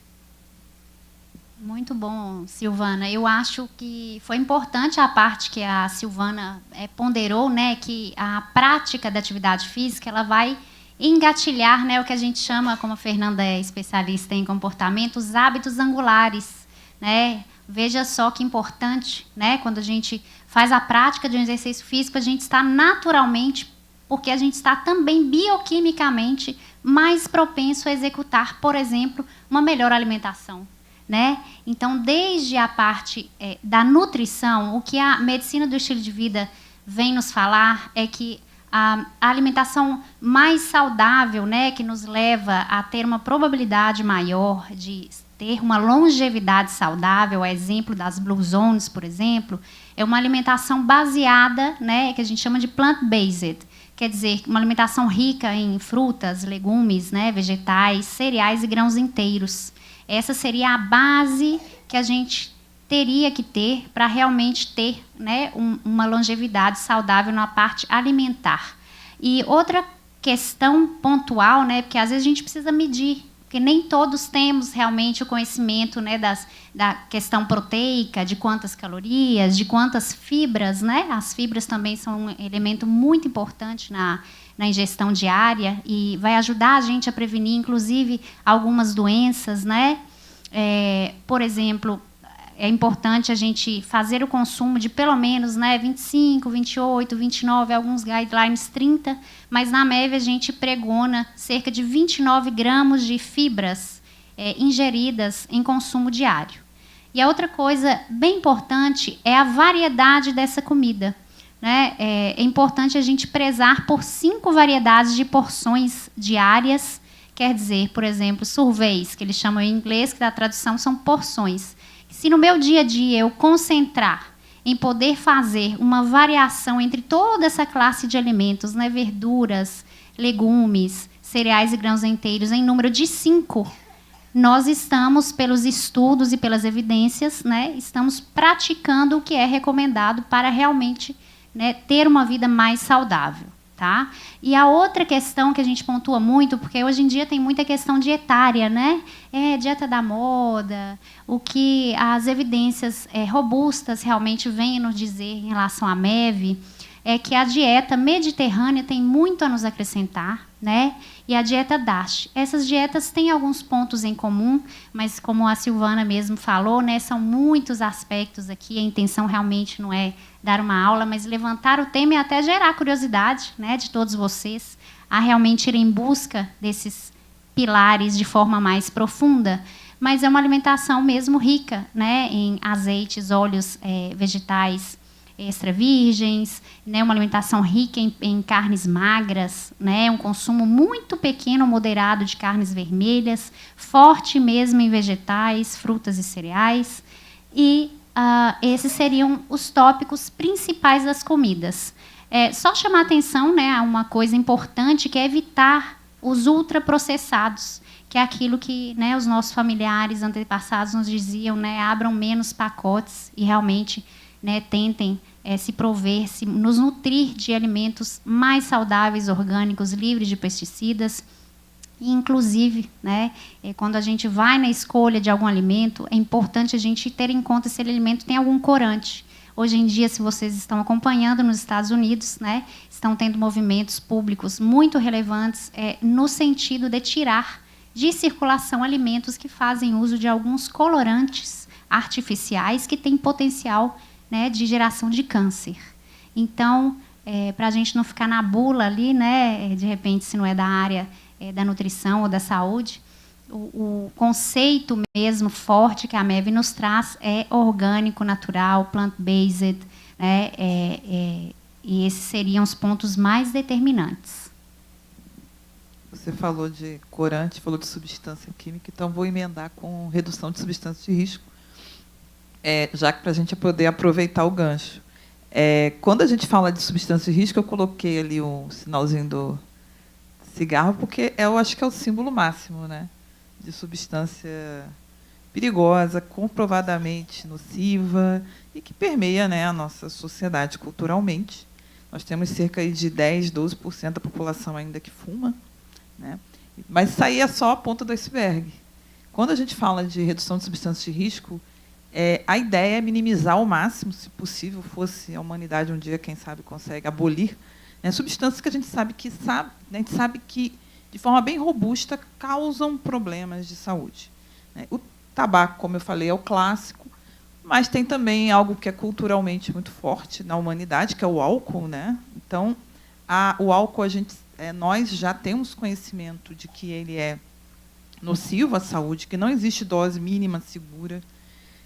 Mas se for tal tipo, tal bebida, mas ele é muito culturalmente arraigado, é uma coisa que nos permeia desde os primórdios humanos, desde os primeiros agrupamentos, agora descobriram até primata que visita a fruta fermentada como forma de trazer mais conexões sociais. Então, nós sempre apregoamos que o nível de álcool consumido deve ser o menor possível. Se a pessoa for abstêmia, parabéns, a gente agradece. Também, a gente vai lembrar do uso racional de medicamentos, como eu falei lá atrás. A polifarmácia, a politerapia é um problema. A gente usa, às vezes, muitos medicamentos de risco e, conforme a nossa idade avança, o número desses medicamentos aumenta. Medicamentos que, às vezes, são iniciados sem um propósito definido, ou que cessou o motivo para a sua prescrição e eles permanecem. Isso vai agregando risco às pessoas. Por isso, o início de qualquer medicamento deve ser racionalmente pensado e a sua retirada, se possível. Claro, há medicamentos que mantêm as pessoas vivas, eles devem ser mantidos, mas se a sua serventia cessar, ele deve ser também eliminado da prescrição. E se a gente for avançar, a gente vai lembrar, né, de substâncias que estão em nossos alimentos, como os corantes, como algumas substâncias que são colocadas para melhor conservação, para outros fins de melhor rendimento, mas que podem trazer risco à espécie humana, aquilo que a gente tem no ambiente da nossa casa, aquilo que a gente coloca na nossa pele, no nosso corpo, nossa maquiagem, e por aí vai. Então, é você ter um uso consciente do seu ambiente, pensando em minimizar ao máximo o risco que as substâncias químicas com as quais lidamos podem produzir, né, tentar minimizar ao máximo esse problema. Certo? Bom, podemos seguir, então, com um dos outros pilares, né, que se chama manejo do estresse, que atualmente, né, houve uma mudança aí, desses pilares, manejo do estresse e conexão, que hoje em dia o Colégio, né, Internacional o ampliou para que seja realmente algo em torno de resiliência, né, e saúde mental, porque entendendo que o manejo do estresse realmente é parte fundamental dentro desses quesitos, né, um pouco mais subjetivos, digamos. Mas, enfim, eu não sei se algum de vocês, né, que está aqui já se sentiu estressado em algum momento de forma exacerbada, né? Mas a boa notícia é realmente que há estudos muito interessantes, inclusive a gente está numa casa legislativa, né, Fernanda? É muito importante a gente pontuar que o adequado manejo do estresse em pesquisas que mostram estudos de neuroimagem foram capazes de demonstrar que meditadores frequentes, né, conseguiram espessar o seu córtex pré-frontal e apagar, né, de maneira mais considerável a atividade da amígdala, que é um núcleo que está no centro do cérebro, muito fortemente relacionado aos circuitos do medo e de luta e fuga. O que isso, traduzindo, né, ao bom português, aplicando, por exemplo, essa casa, né, onde se discutem e debatem leis, por exemplo, isso quer dizer que nós vamos favorecer as nossas funções cognitivas superiores e vai nos fazer seres, né, humanos, capazes de tomar melhor decisões, né? Então, a corteza, toda a parte do lobo frontal está muito relacionada a isso. E a outra parte importante, só para a gente pontuar, é que às vezes a gente fala sobre estresse, a gente acha que é algo subjetivo, etéreo, mas o estresse, ele realmente gera mensagens químicas e elétricas no organismo, e isso realmente tem origem e destino, né? Ele viaja através dos filetes nervosos, através de estímulos elétricos, tá? E também vai usar o sistema de neurotransmissores e os hormônios como mensageiros de de todo o sinal de estresse que é levado ao nosso organismo, e além disso vai ativar células de imunidade, tanto humoral como celular, para entregar essas mensagens. A boa notícia disso tudo é que nós, como seres, né, realmente autônomos e racionais que somos capazes, nós somos o filtro entre os estímulos e para escolher quanto dessa descarga potente, né, que viaja através de vários sistemas, vai ser integrada ao nosso próprio corpo.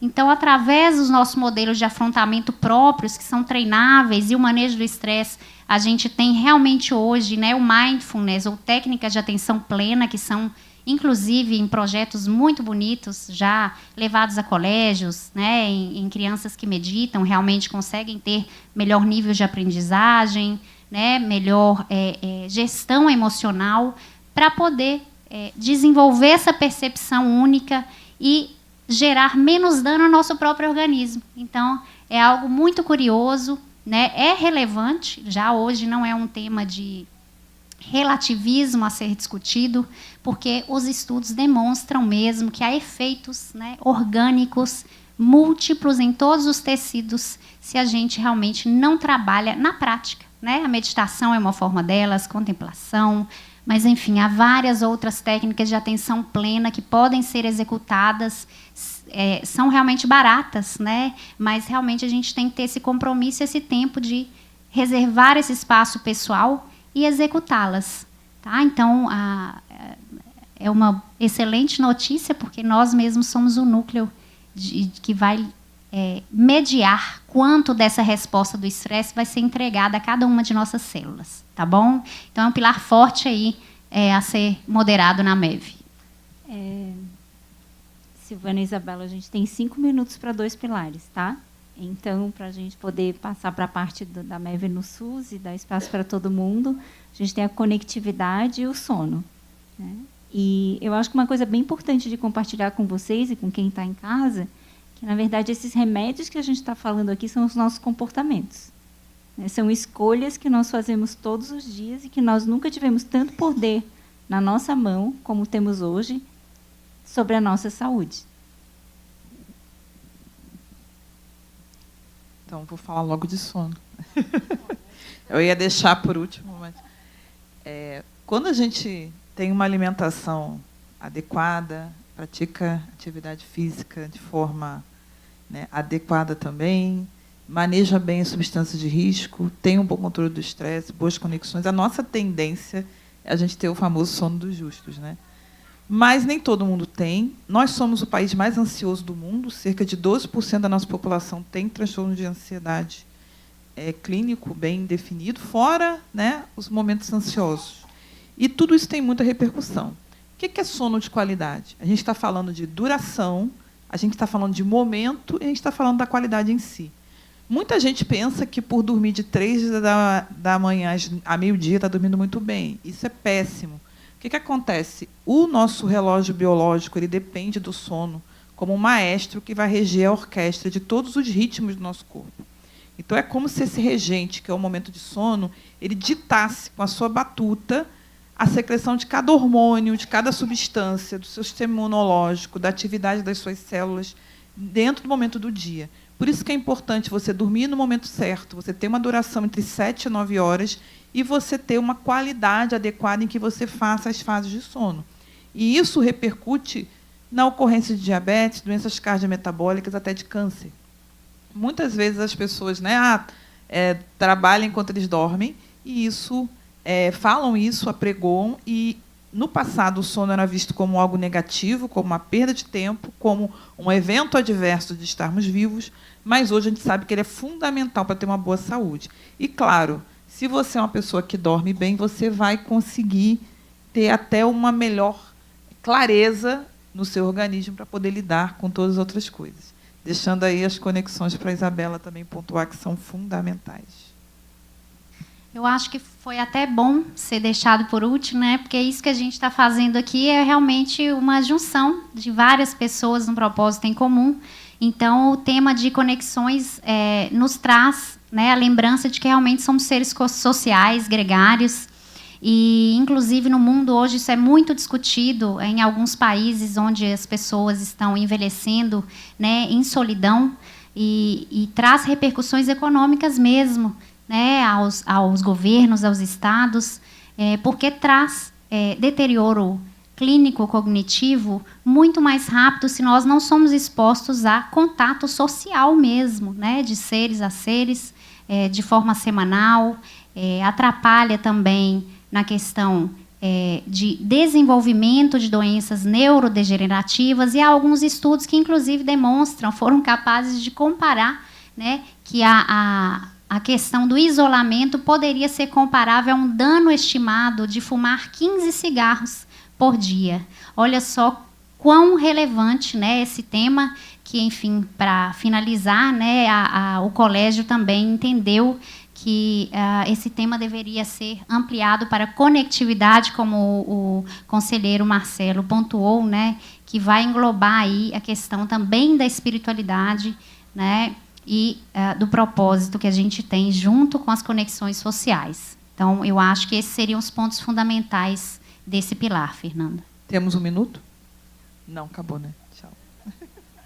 Bem, a gente vai respeitar o tempo delas, né? Mas eu acho que é uma coisa muito importante a gente falar que tudo na vida, para ser constante, a gente precisa ter equilíbrio. Então, os pilares estão aqui para a gente entender o que a ciência nos diz. Mas a nossa vida, eu costumo dizer sempre que é uma montanha-russa. A gente vai subir e descer, vai estar no 20-80, no 80-20. O importante é nós sabermos o que faz bem e aquilo que é a recomendação. A mágica da medicina do estilo de vida é a interconexão desses pilares. Eles somados são potentes, né? Porque todos eles a gente já sabe de evidência científica de muito tempo. Então, essa é a mágica da medicina do estilo de vida. E tudo isso que está aqui, né, finalizando com a minha área da saúde mental, impacta diretamente na saúde mental. Os pilares da medicina do estilo de vida são os melhores remédios para a saúde mental. Isso é bem importante a gente colocar também. Então, vou agradecer muito para a Silvana e para a Isabela. E, antes de passar aqui para o time do SUS, né, da MEV no SUS, eu queria só pedir para a Ana Paula e para a Keila virem aqui, que eu queria fazer um agradecimento especial para elas, né, que há um ano atrás estávamos no Colégio Brasileiro, eu, Keila e Ana Paula, né, uma psicóloga e 2 dentistas, tocando a regional aqui de Santa Catarina, que hoje, com muita felicidade, a gente compartilha com esses 11 médicos maravilhosos, mas foram essas 2 mulheres maravilhosas, 2 dentistas, que fizeram, junto com a gente, né, e fomos nos somando, o colégio que temos hoje, um ano depois. Então, eu queria agradecer muito aqui para a Keila e para a Ana Paula por essa construção conjunta.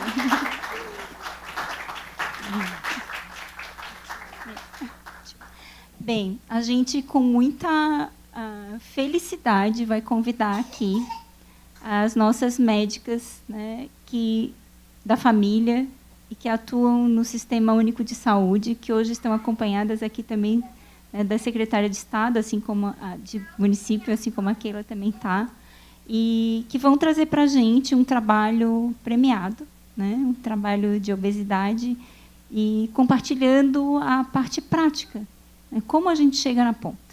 Como a gente realmente ajuda as pessoas? E eu não sei como vocês se dividiram, porque elas estão em 5 nesse painel. Então, como vocês se dividiram, vocês veem, né? Não sei se vão começar a Daniela, a Fernanda e a Iana, ou como é, e depois a Ana Paula e a Alessandra. Mas está com vocês, tá? Muito obrigada, gente.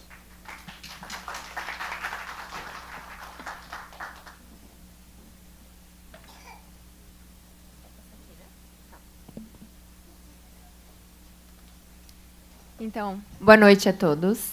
E para introduzir, então, o tema de medicina do estilo de vida no SUS, eu começo trazendo uma pergunta para vocês, que é: onde a saúde realmente acontece? Será que ela acontece nos consultórios médicos? Sejam eles da rede pública, da rede privada? Será que a saúde acontece nos hospitais? Ou será que ela começa muito antes disso? No lugar onde as pessoas vivem, trabalham, brincam, estudam e amam. E essa pergunta não é minha. Ela é da Carta de Ottawa, que foi a primeira conferência internacional sobre promoção de saúde. Então, foi um marco muito importante que aconteceu no Canadá em 1986. Inclusive, ela estimulou políticas públicas ao redor do mundo, inclusive a criação e o desenvolvimento do nosso Sistema Único de Saúde, o SUS, em 1988. A saúde é criada e vivida pelas pessoas nos ambientes da vida cotidiana. Também frase da Carta de Ottawa. E é isso que a promoção de saúde defende. Essa palavra tão bonita e tão usada, né? A promoção de saúde. Mas o que ela significa, né? E ela enfatiza que saúde não se constrói apenas nos serviços de saúde, mas sim com escolhas, com condições e com oportunidades. Tá aqui. E é isso também que a medicina do estilo de vida ela traz para a gente, essa reflexão de que a saúde não começa ali no remédio, né? Mas, na verdade, com o que a gente come, com o quanto a gente se movimenta, com a qualidade e a quantidade do nosso sono, com o nosso nível de estresse, com a conectividade, seja ela com as pessoas, com a natureza, com o nosso lado espiritual, com o consumo de tóxicos, como álcool e cigarro, e também com as escolhas que nós conseguimos fazer no dia a dia. E sejamos sinceros, nem todos têm as mesmas escolhas à disposição. E eu fiz questão de colocar aqui uma mãe e uma filha pretas fazendo boas escolhas para enfatizar a importância de que o acesso a essas escolhas saudáveis ele chegue a todas as famílias, de todas as cores. E falar de estilo de vida no SUS não é culpabilizar o indivíduo pelas dificuldades, né? É, na verdade, a gente entender o contexto dele para justamente poder atuar sobre aquilo. E quando a gente fala de promover saúde nas políticas públicas, a gente também fala de promover dignidade. E a promoção do estilo de vida é também um dos pilares da atenção primária à saúde, que é a porta de entrada do SUS e é onde a vida real acontece. É onde a gente consegue fazer um contato, um cuidado contínuo, longitudinal e integral àqueles cidadãos. É onde o profissional conhece as famílias, conhece o território, conhece as histórias, onde se fala de comer comida de verdade, de ir para a praça, se movimentar e caminhar mais, de parar de fumar, de dormir melhor, de viver melhor. Mas é também na atenção primária onde a gente consegue ver o quanto os determinantes sociais impactam. A falta de tempo, o medo da violência, o cansaço depois de um dia extenuante de trabalho e a escassez de alimentos, muitas vezes. E também é nesses pontos em que a medicina do estilo de vida ela se conecta com o SUS, trazendo abordagem prática, né, baseada em evidência, mas também com empatia e bem pé no chão. Não é a gente propor dietas mirabolantes, mas sim aquela possível, com a comida que tem na feira do bairro. Não é prescrever ou orientar ou exigir que a pessoa vá em academia chique, que tenha todos os aparelhos, mas que se movimente mais no dia a dia. Então, a gente sempre ter esse olhar do contexto individual de cada pessoa que está ali na nossa frente e trabalhar com aquilo, para conseguir realmente promover a saúde de cada cidadão. E a promoção de saúde, ela é uma responsabilidade compartilhada. Ela não é só responsabilidade da médica do posto, da enfermeira ou da paciente. Ela é uma responsabilidade de todos nós, profissionais, comunidade, gestores, legisladores, governantes. E a Política Nacional de Promoção da Saúde, lançada em 2006, ela enfatiza, né, essa visão de que é preciso atuar sobre as causas das doenças, e não apenas no tratamento e a nível individual. Porque o comportamento do indivíduo que a gente vê, ele é só a pontinha desse iceberg, mas tem muita coisa por trás, tem muita coisa ali de baixo que está estruturando esse comportamento. E por isso é tão importante que se tenham políticas públicas para facilitar que as pessoas se movam mais, que sejam mais ativas, que tenha mais segurança, melhor iluminação nas cidades, que tenham, talvez, praças, ruas fechadas nos finais de semana para as pessoas poderem se locomover e se encontrar, que seja promovida a saúde do trabalhador, que seja fortalecida a educação física nas escolas. Porque é justamente essa estrutura por baixo, invisível, que a gente não consegue visualizar diretamente, que vai impactar nesse comportamento, que é a pontinha. E enfatizando que são esses pilares, essas metas, essas políticas públicas que vão fazer com que essa pontinha que a gente vê seja a melhor possível. Então, a boa notícia é que, quando uma pessoa muda o seu hábito, tende a também ter uma mudança nos hábitos da família. Que, quando uma comunidade adota hábitos mais saudáveis, ela muda o seu futuro. E a medicina do estilo de vida, ela não é luxo. Ela também é SUS, ela é equidade e ela é o cuidado com o que realmente importa. E agora eu vou chamar a Iana para dar seguimento à parte do SUS.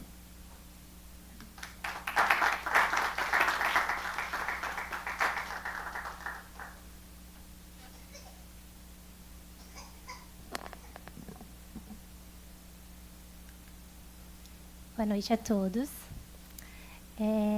Eu vou falar um pouco, então, do que a gente tem em relação a planos, né, de governos, estratégias que já estão lançadas.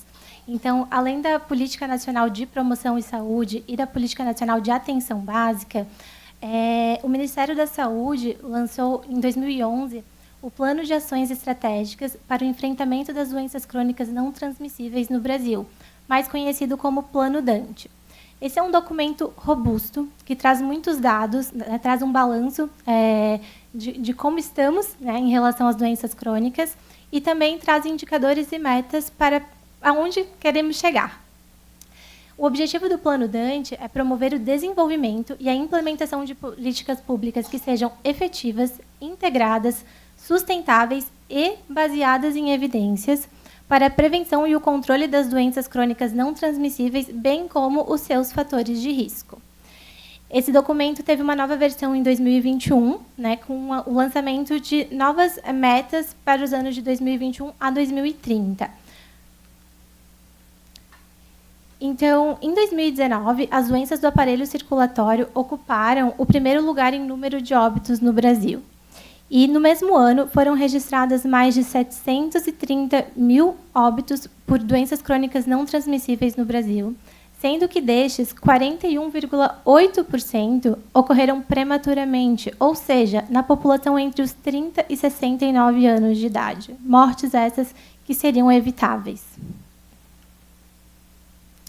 O Plano Dante ele também traz dados relativos aos fatores de risco, né? Então, segundo dados do Vigitel, coletados entre os anos de 2010 e 2019, nas capitais brasileiras e no Distrito Federal, o consumo recomendado de frutas e hortaliças pela população adulta foi de apenas 22,9%. enquanto o consumo de 5 ou mais grupos de alimentos ultraprocessados, né, como as colegas trouxeram no painel anterior, ele chega a 18,2%. E o consumo regular de bebidas adoçadas chega a 15%.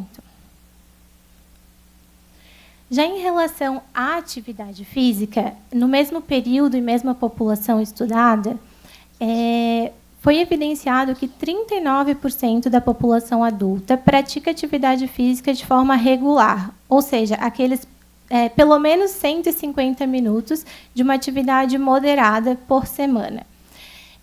Essa frequência ela é maior entre os homens e entre a população com maior escolaridade.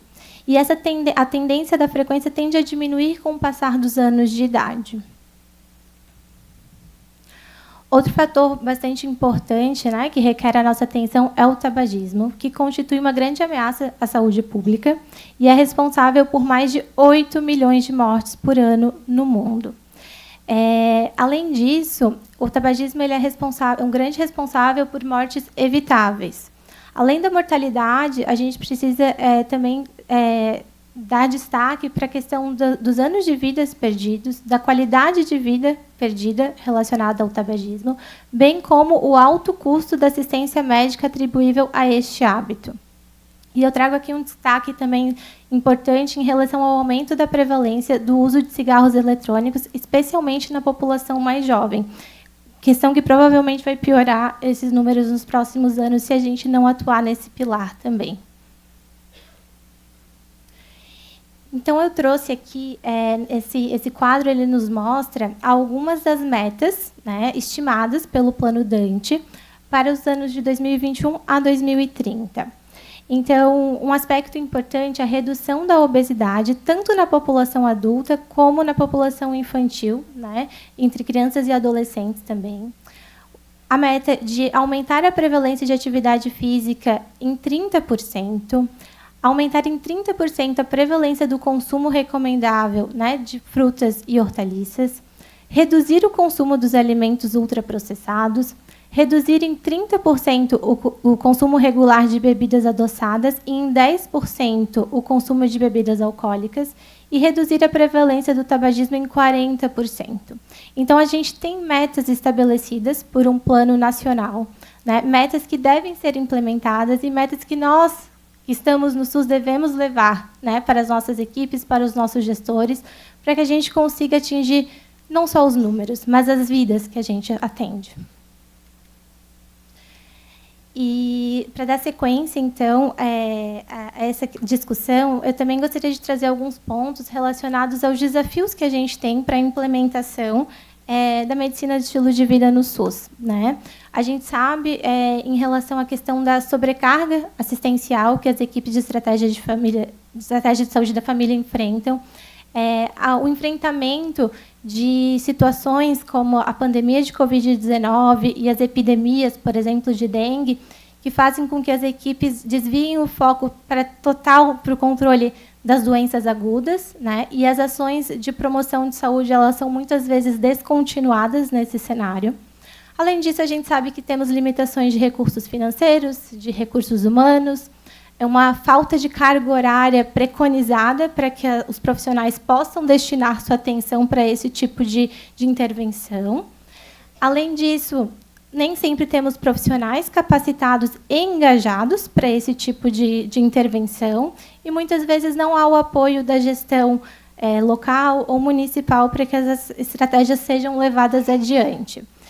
Mas a intenção é também trazer que, se temos desafios, todos nós juntos, né, profissionais de saúde, gestores e poder público e sociedade, podemos lançar estratégias para lidar com esses desafios e enfrentá-los e construir uma sociedade mais saudável. Então, para dar seguimento ao nosso painel e mostrar como é possível trazer a MEV para o SUS, eu quero convidar a nossa colega Daniela para contar sobre a sua experiência exitosa no seu município de atuação.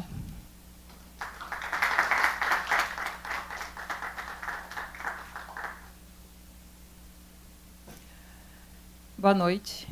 Então, eu fico muito honrada de estar aqui apresentando o nosso projeto lá no município de Joaçaba. Agradeço a presença da minha gestora de saúde, a Carla Simas, e o convite do CBMEV, em nome da Fernanda, do Marcelo, do João, para estar aqui mostrando um pouquinho do nosso trabalho, que a gente já conseguiu fazer no tempo que nós estamos trabalhando com o MEV no SUS. Então, eu me chamo Daniela, eu sou médica de saúde da família e comunidade, há 10 anos no município de Joaçaba.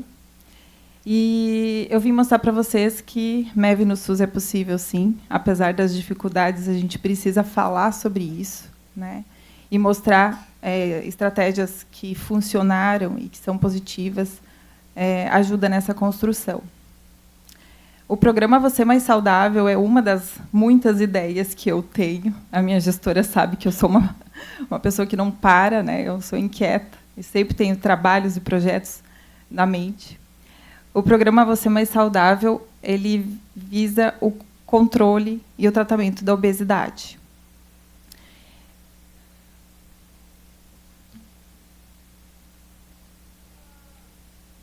Opa.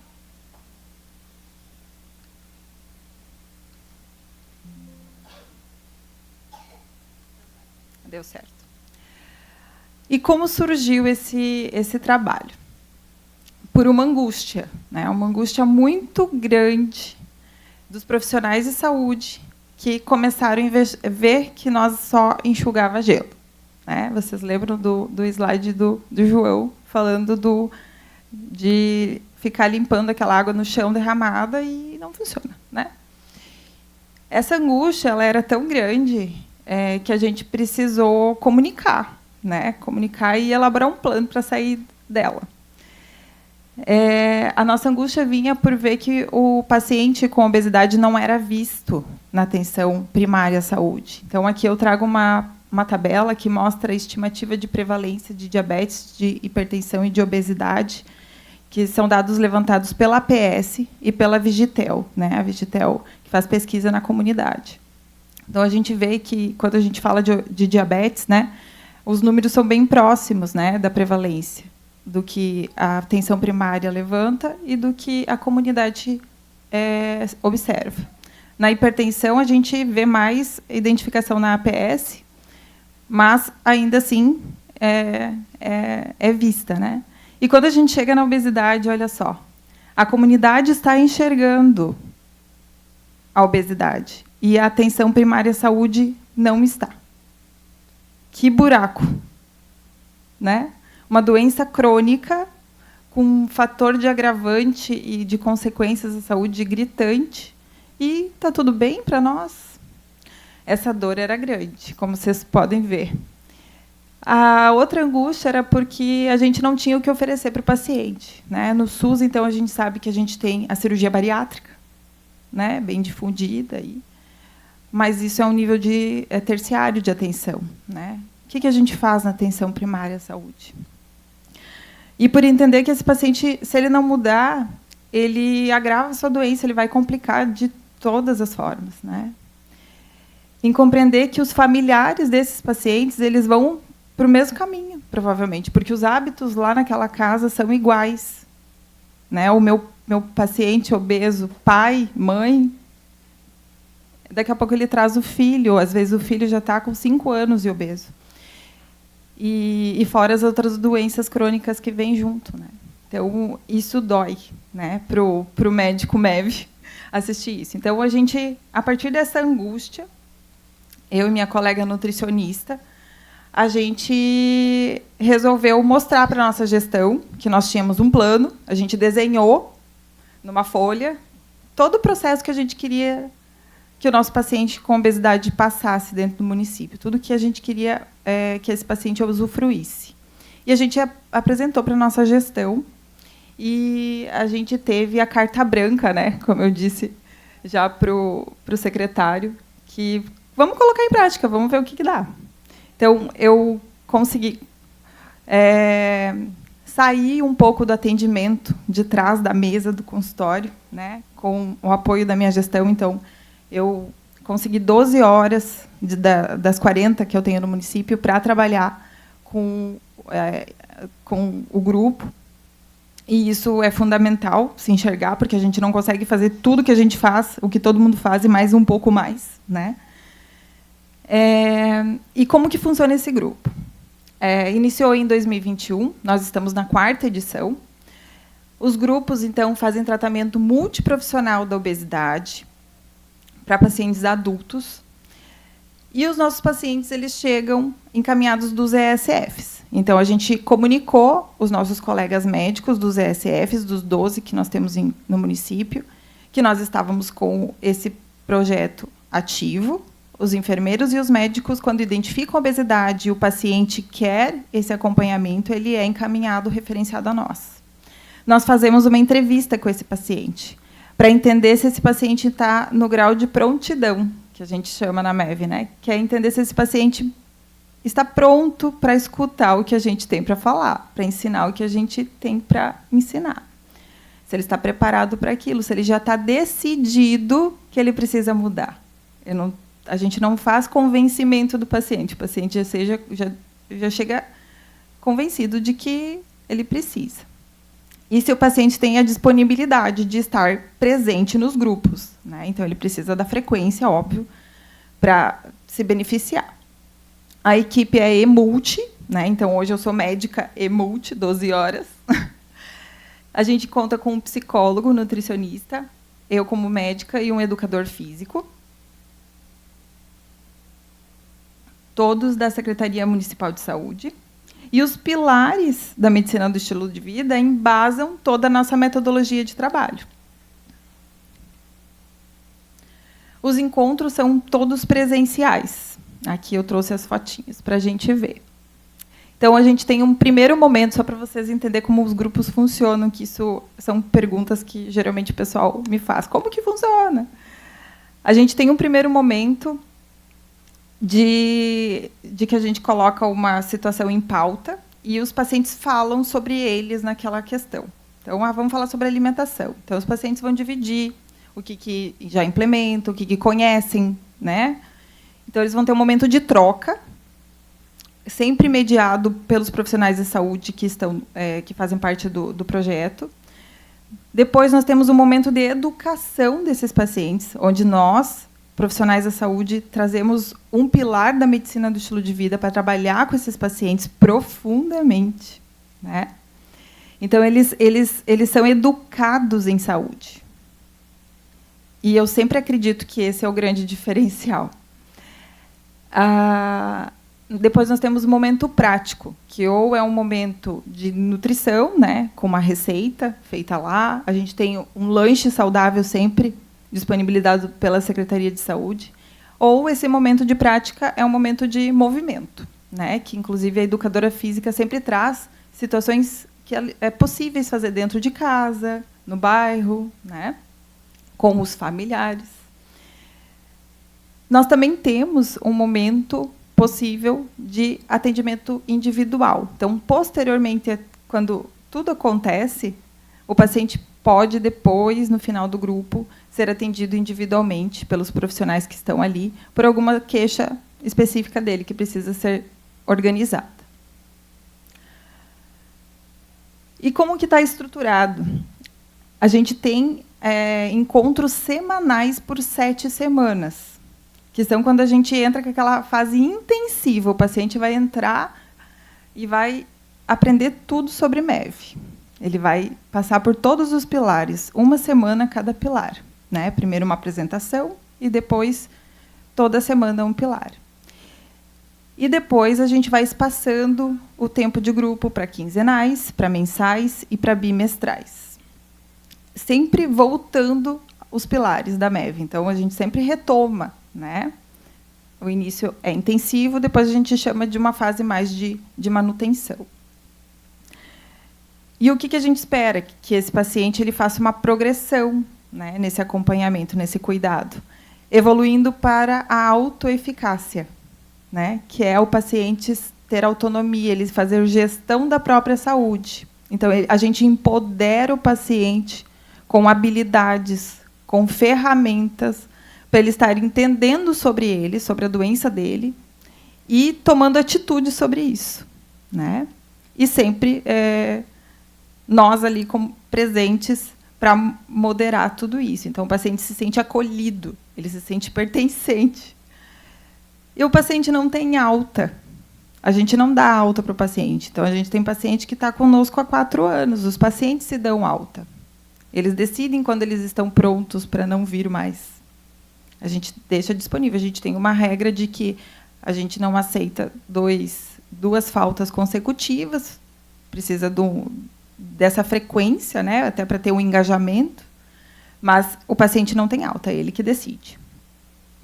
E em 4 anos, o que nós já temos? Né? Nós já tivemos referenciados 143 pacientes dos ESFs, 98 a gente já entrevistou, 60 pacientes já iniciaram as atividades dos grupos, e a gente se mantém no grupo 51% desses pacientes que iniciaram. Então, vocês veem que a adesão é bem legal, né? 28% dos pacientes que estão aderidos no grupo eliminaram pelo menos 10% do peso inicial. Na literatura, a gente tem que 50% dos pacientes que realizam tratamento para obesidade, eles vão recuperar o peso inicial nos primeiros 12 meses, e a maioria em 5 anos. Nos pacientes que estão acompanhando no grupo, a gente tem que apenas 20% recuperaram o peso inicial. Então, já estamos ganhando aí das estatísticas. Mas os resultados vão muito além do peso. A foto é contrastante, mas eu quero falar que vai muito além do peso mesmo, apesar de a foto... a gente sempre tem que falar do peso quando a gente fala de obesidade, né? Essa paciente está conosco há 4 anos. Essa primeira foto é a foto dela antes de iniciar o grupo, uma foto com 2 anos de acompanhamento. Essa última foto a gente tirou no final do ano passado. Mas eu vou mostrar para vocês que esse cuidado de educação em saúde vai muito além do que a balança mostra. Quando a gente fala em exercício físico, né, vamos ir para os pilares. Antes de iniciar o grupo, 25% dos pacientes faziam atividade física regular. Depois que iniciaram o grupo, 62%. A gente inverteu esse gráfico. Quando a gente fala de dor crônica, que na entrevista a gente vê que eles têm esse problema, né, de usos constantes de medicações analgésicas potentes, às vezes para dores crônicas. A gente viu que os nossos pacientes reduziram em 36% o uso de medicação. Quando a gente fala de sono, parou ou reduziu dose de medicação para dormir, 38%. Quando a gente fala em diabetes tipo 2, uma doença extremamente relacionada com a obesidade, a gente conseguiu levantar que 23% dos nossos pacientes reduziram medicação para diabetes ou cessaram o uso. Em relação ao uso do sistema, aqui a gente mediu o uso do ESF. 83% dizem procurar menos atendimentos nos ESFs. Quando a gente fala de cuidados levados para a vida toda, né, 95% diz que vai levar algum cuidado que aprendeu para a vida toda. Eles são letrados. E isso é prevenção, né? Isso é tratar a causa, isso é fechar a torneirinha, né, que o João mostrou lá no início. A gente foi reconhecido pela ABES, Associação Brasileira de Estudo da Obesidade, agora em 2025, como uma estratégia de tratamento da obesidade. E a gente precisa falar que a educação em saúde vai muito além do que a gente vê no paciente, né? Como já foi falado aqui pelas minhas colegas, a gente atinge a família, porque esse paciente ele se torna um educador também. Ele vai lá para a casa dele, tem muitos pacientes nossos que são os responsáveis pelas compras, por fazer a comida da família. Então, ele vai apresentar algo diferente lá. Ele vai levar algo. E a comunidade, né? Então, vai disseminando. E iniciativas para um estilo de vida mais saudável têm nível de evidência A para o tratamento e prevenção da obesidade, conforme as diretrizes brasileiras da obesidade. E por que a gente não faz, se é nível A de recomendação? Está lá nos livros, todos eles. né? Então, MEV no SUS, ele não é só possível. MEV no SUS é necessário. Necessário. E eu não podia deixar de apresentar a minha maravilhosa equipe, que espero que estejam nos assistindo. A psicóloga Simone, a nutricionista Diane e a educadora física Cláudia, que fazem toda a diferença aí comigo. Muito obrigada.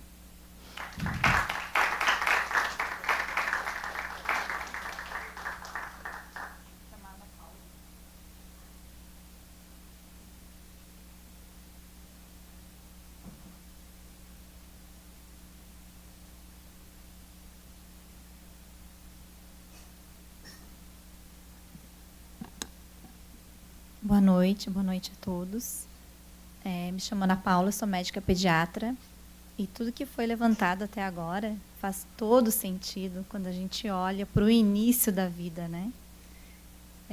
Tudo que foi falado aqui, abordado, não tem como a gente não comparar ou pensar nesse início que é de tanta oportunidade que é a infância.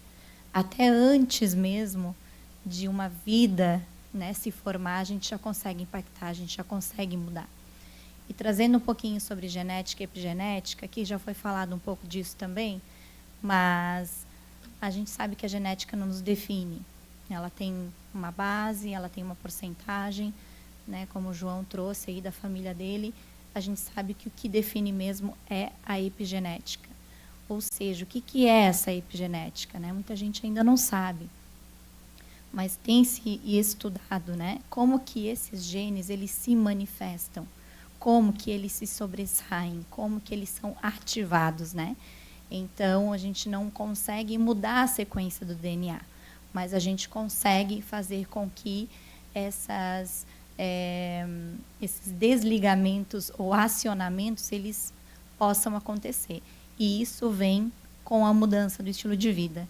Ou a gente ativa eles para doenças crônicas não transmissíveis e outras também, ou a gente desativa eles para essas doenças e tendo uma vida de mais qualidade e mais longevidade. Então, como pediatra, eu acho fundamental a infância ser olhada com muito mais cuidado e muito mais importância. O pediatra precisa ter esse olhar preventivo. Por natureza, nós já temos, né? Nós fizemos a puericultura dos 0 aos 2 anos, mas ainda eu acho que a gente acaba ficando numa repetição de sequências assim, de cuidado. Mas falta bastante ainda para a gente avançar, né? E a medicina do estilo de vida traz isso como esses pilares fundamentais para a gente ter mudanças, e realmente mudanças impactantes. Hoje, crianças obesas, crianças com transtornos aí de desenvolvimento, que tudo isso acontece aí, nasce, né, desses ativamentos ou não desses genes. E isso vem por comportamentos. As crianças repetem o que a gente faz, né? A gente não é falar. Educar é ser exemplo de comportamento. E isso a gente consegue quando a gente atinge essa família, quando a gente conhece essa família, como as meninas trouxeram ali, ter contato, entrar na casa dessa família, saber como funciona essa dinâmica. Se a gente não ter essa conectividade, essa profundeza com a família, a gente não vai conseguir sair desse ciclo onde o adulto, onde o idoso se encontra. Isso não vai ter fim. Se a gente não mexer na infância, se a gente não fazer essa prevenção muito bem estruturada, a gente não vai fechar a conta, não vai fechar, e isso não vai acabar. Eu creio muito nisso, nesse poder, nesse empoderamento que tem as famílias sobre as vidas das crianças e futuros adultos e futuros idosos aí do nosso país, da nossa cidade e do mundo. Então, eu queria agradecer pelo espaço aqui e fico à disposição para falar mais sobre esse assunto, que eu acho que é super importante para a gente mudar todos esses dados muito tristes que nós temos hoje na nossa sociedade. Obrigada.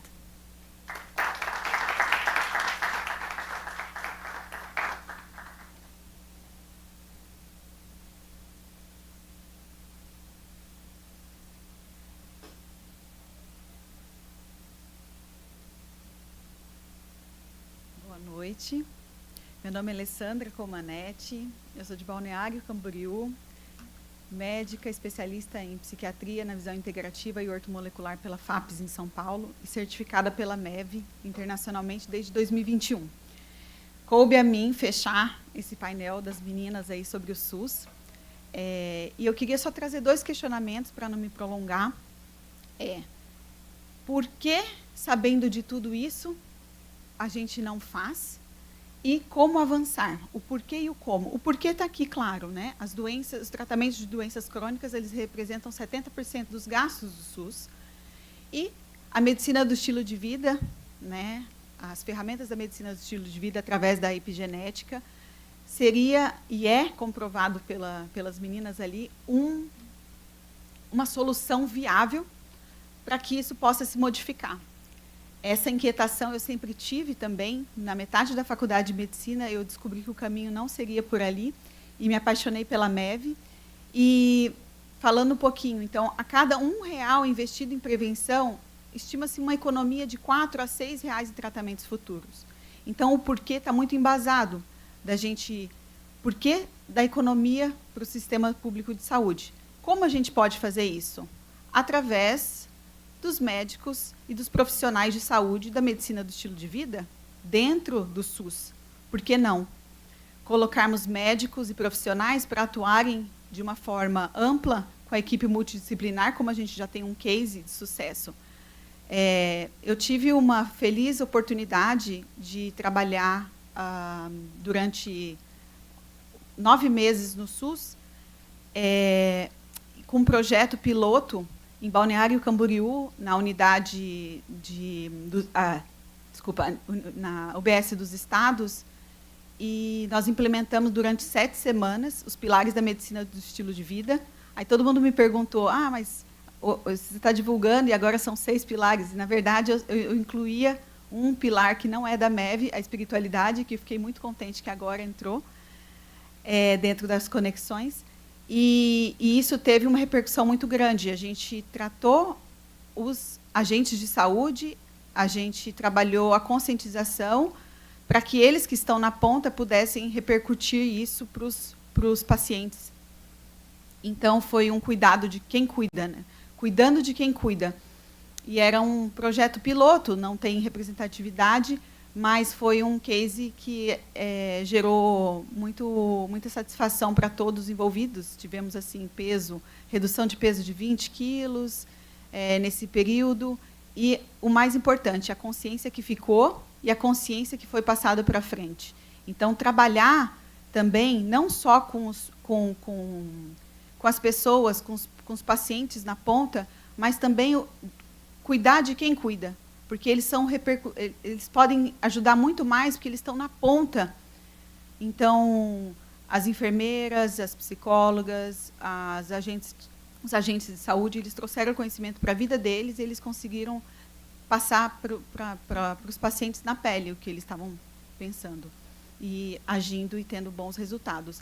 Então, como era o nome do nosso projeto piloto, criar saúde é óbvio, né? Então, que seja óbvio para todos nós, assim como é para nós da família MEV. Boa noite.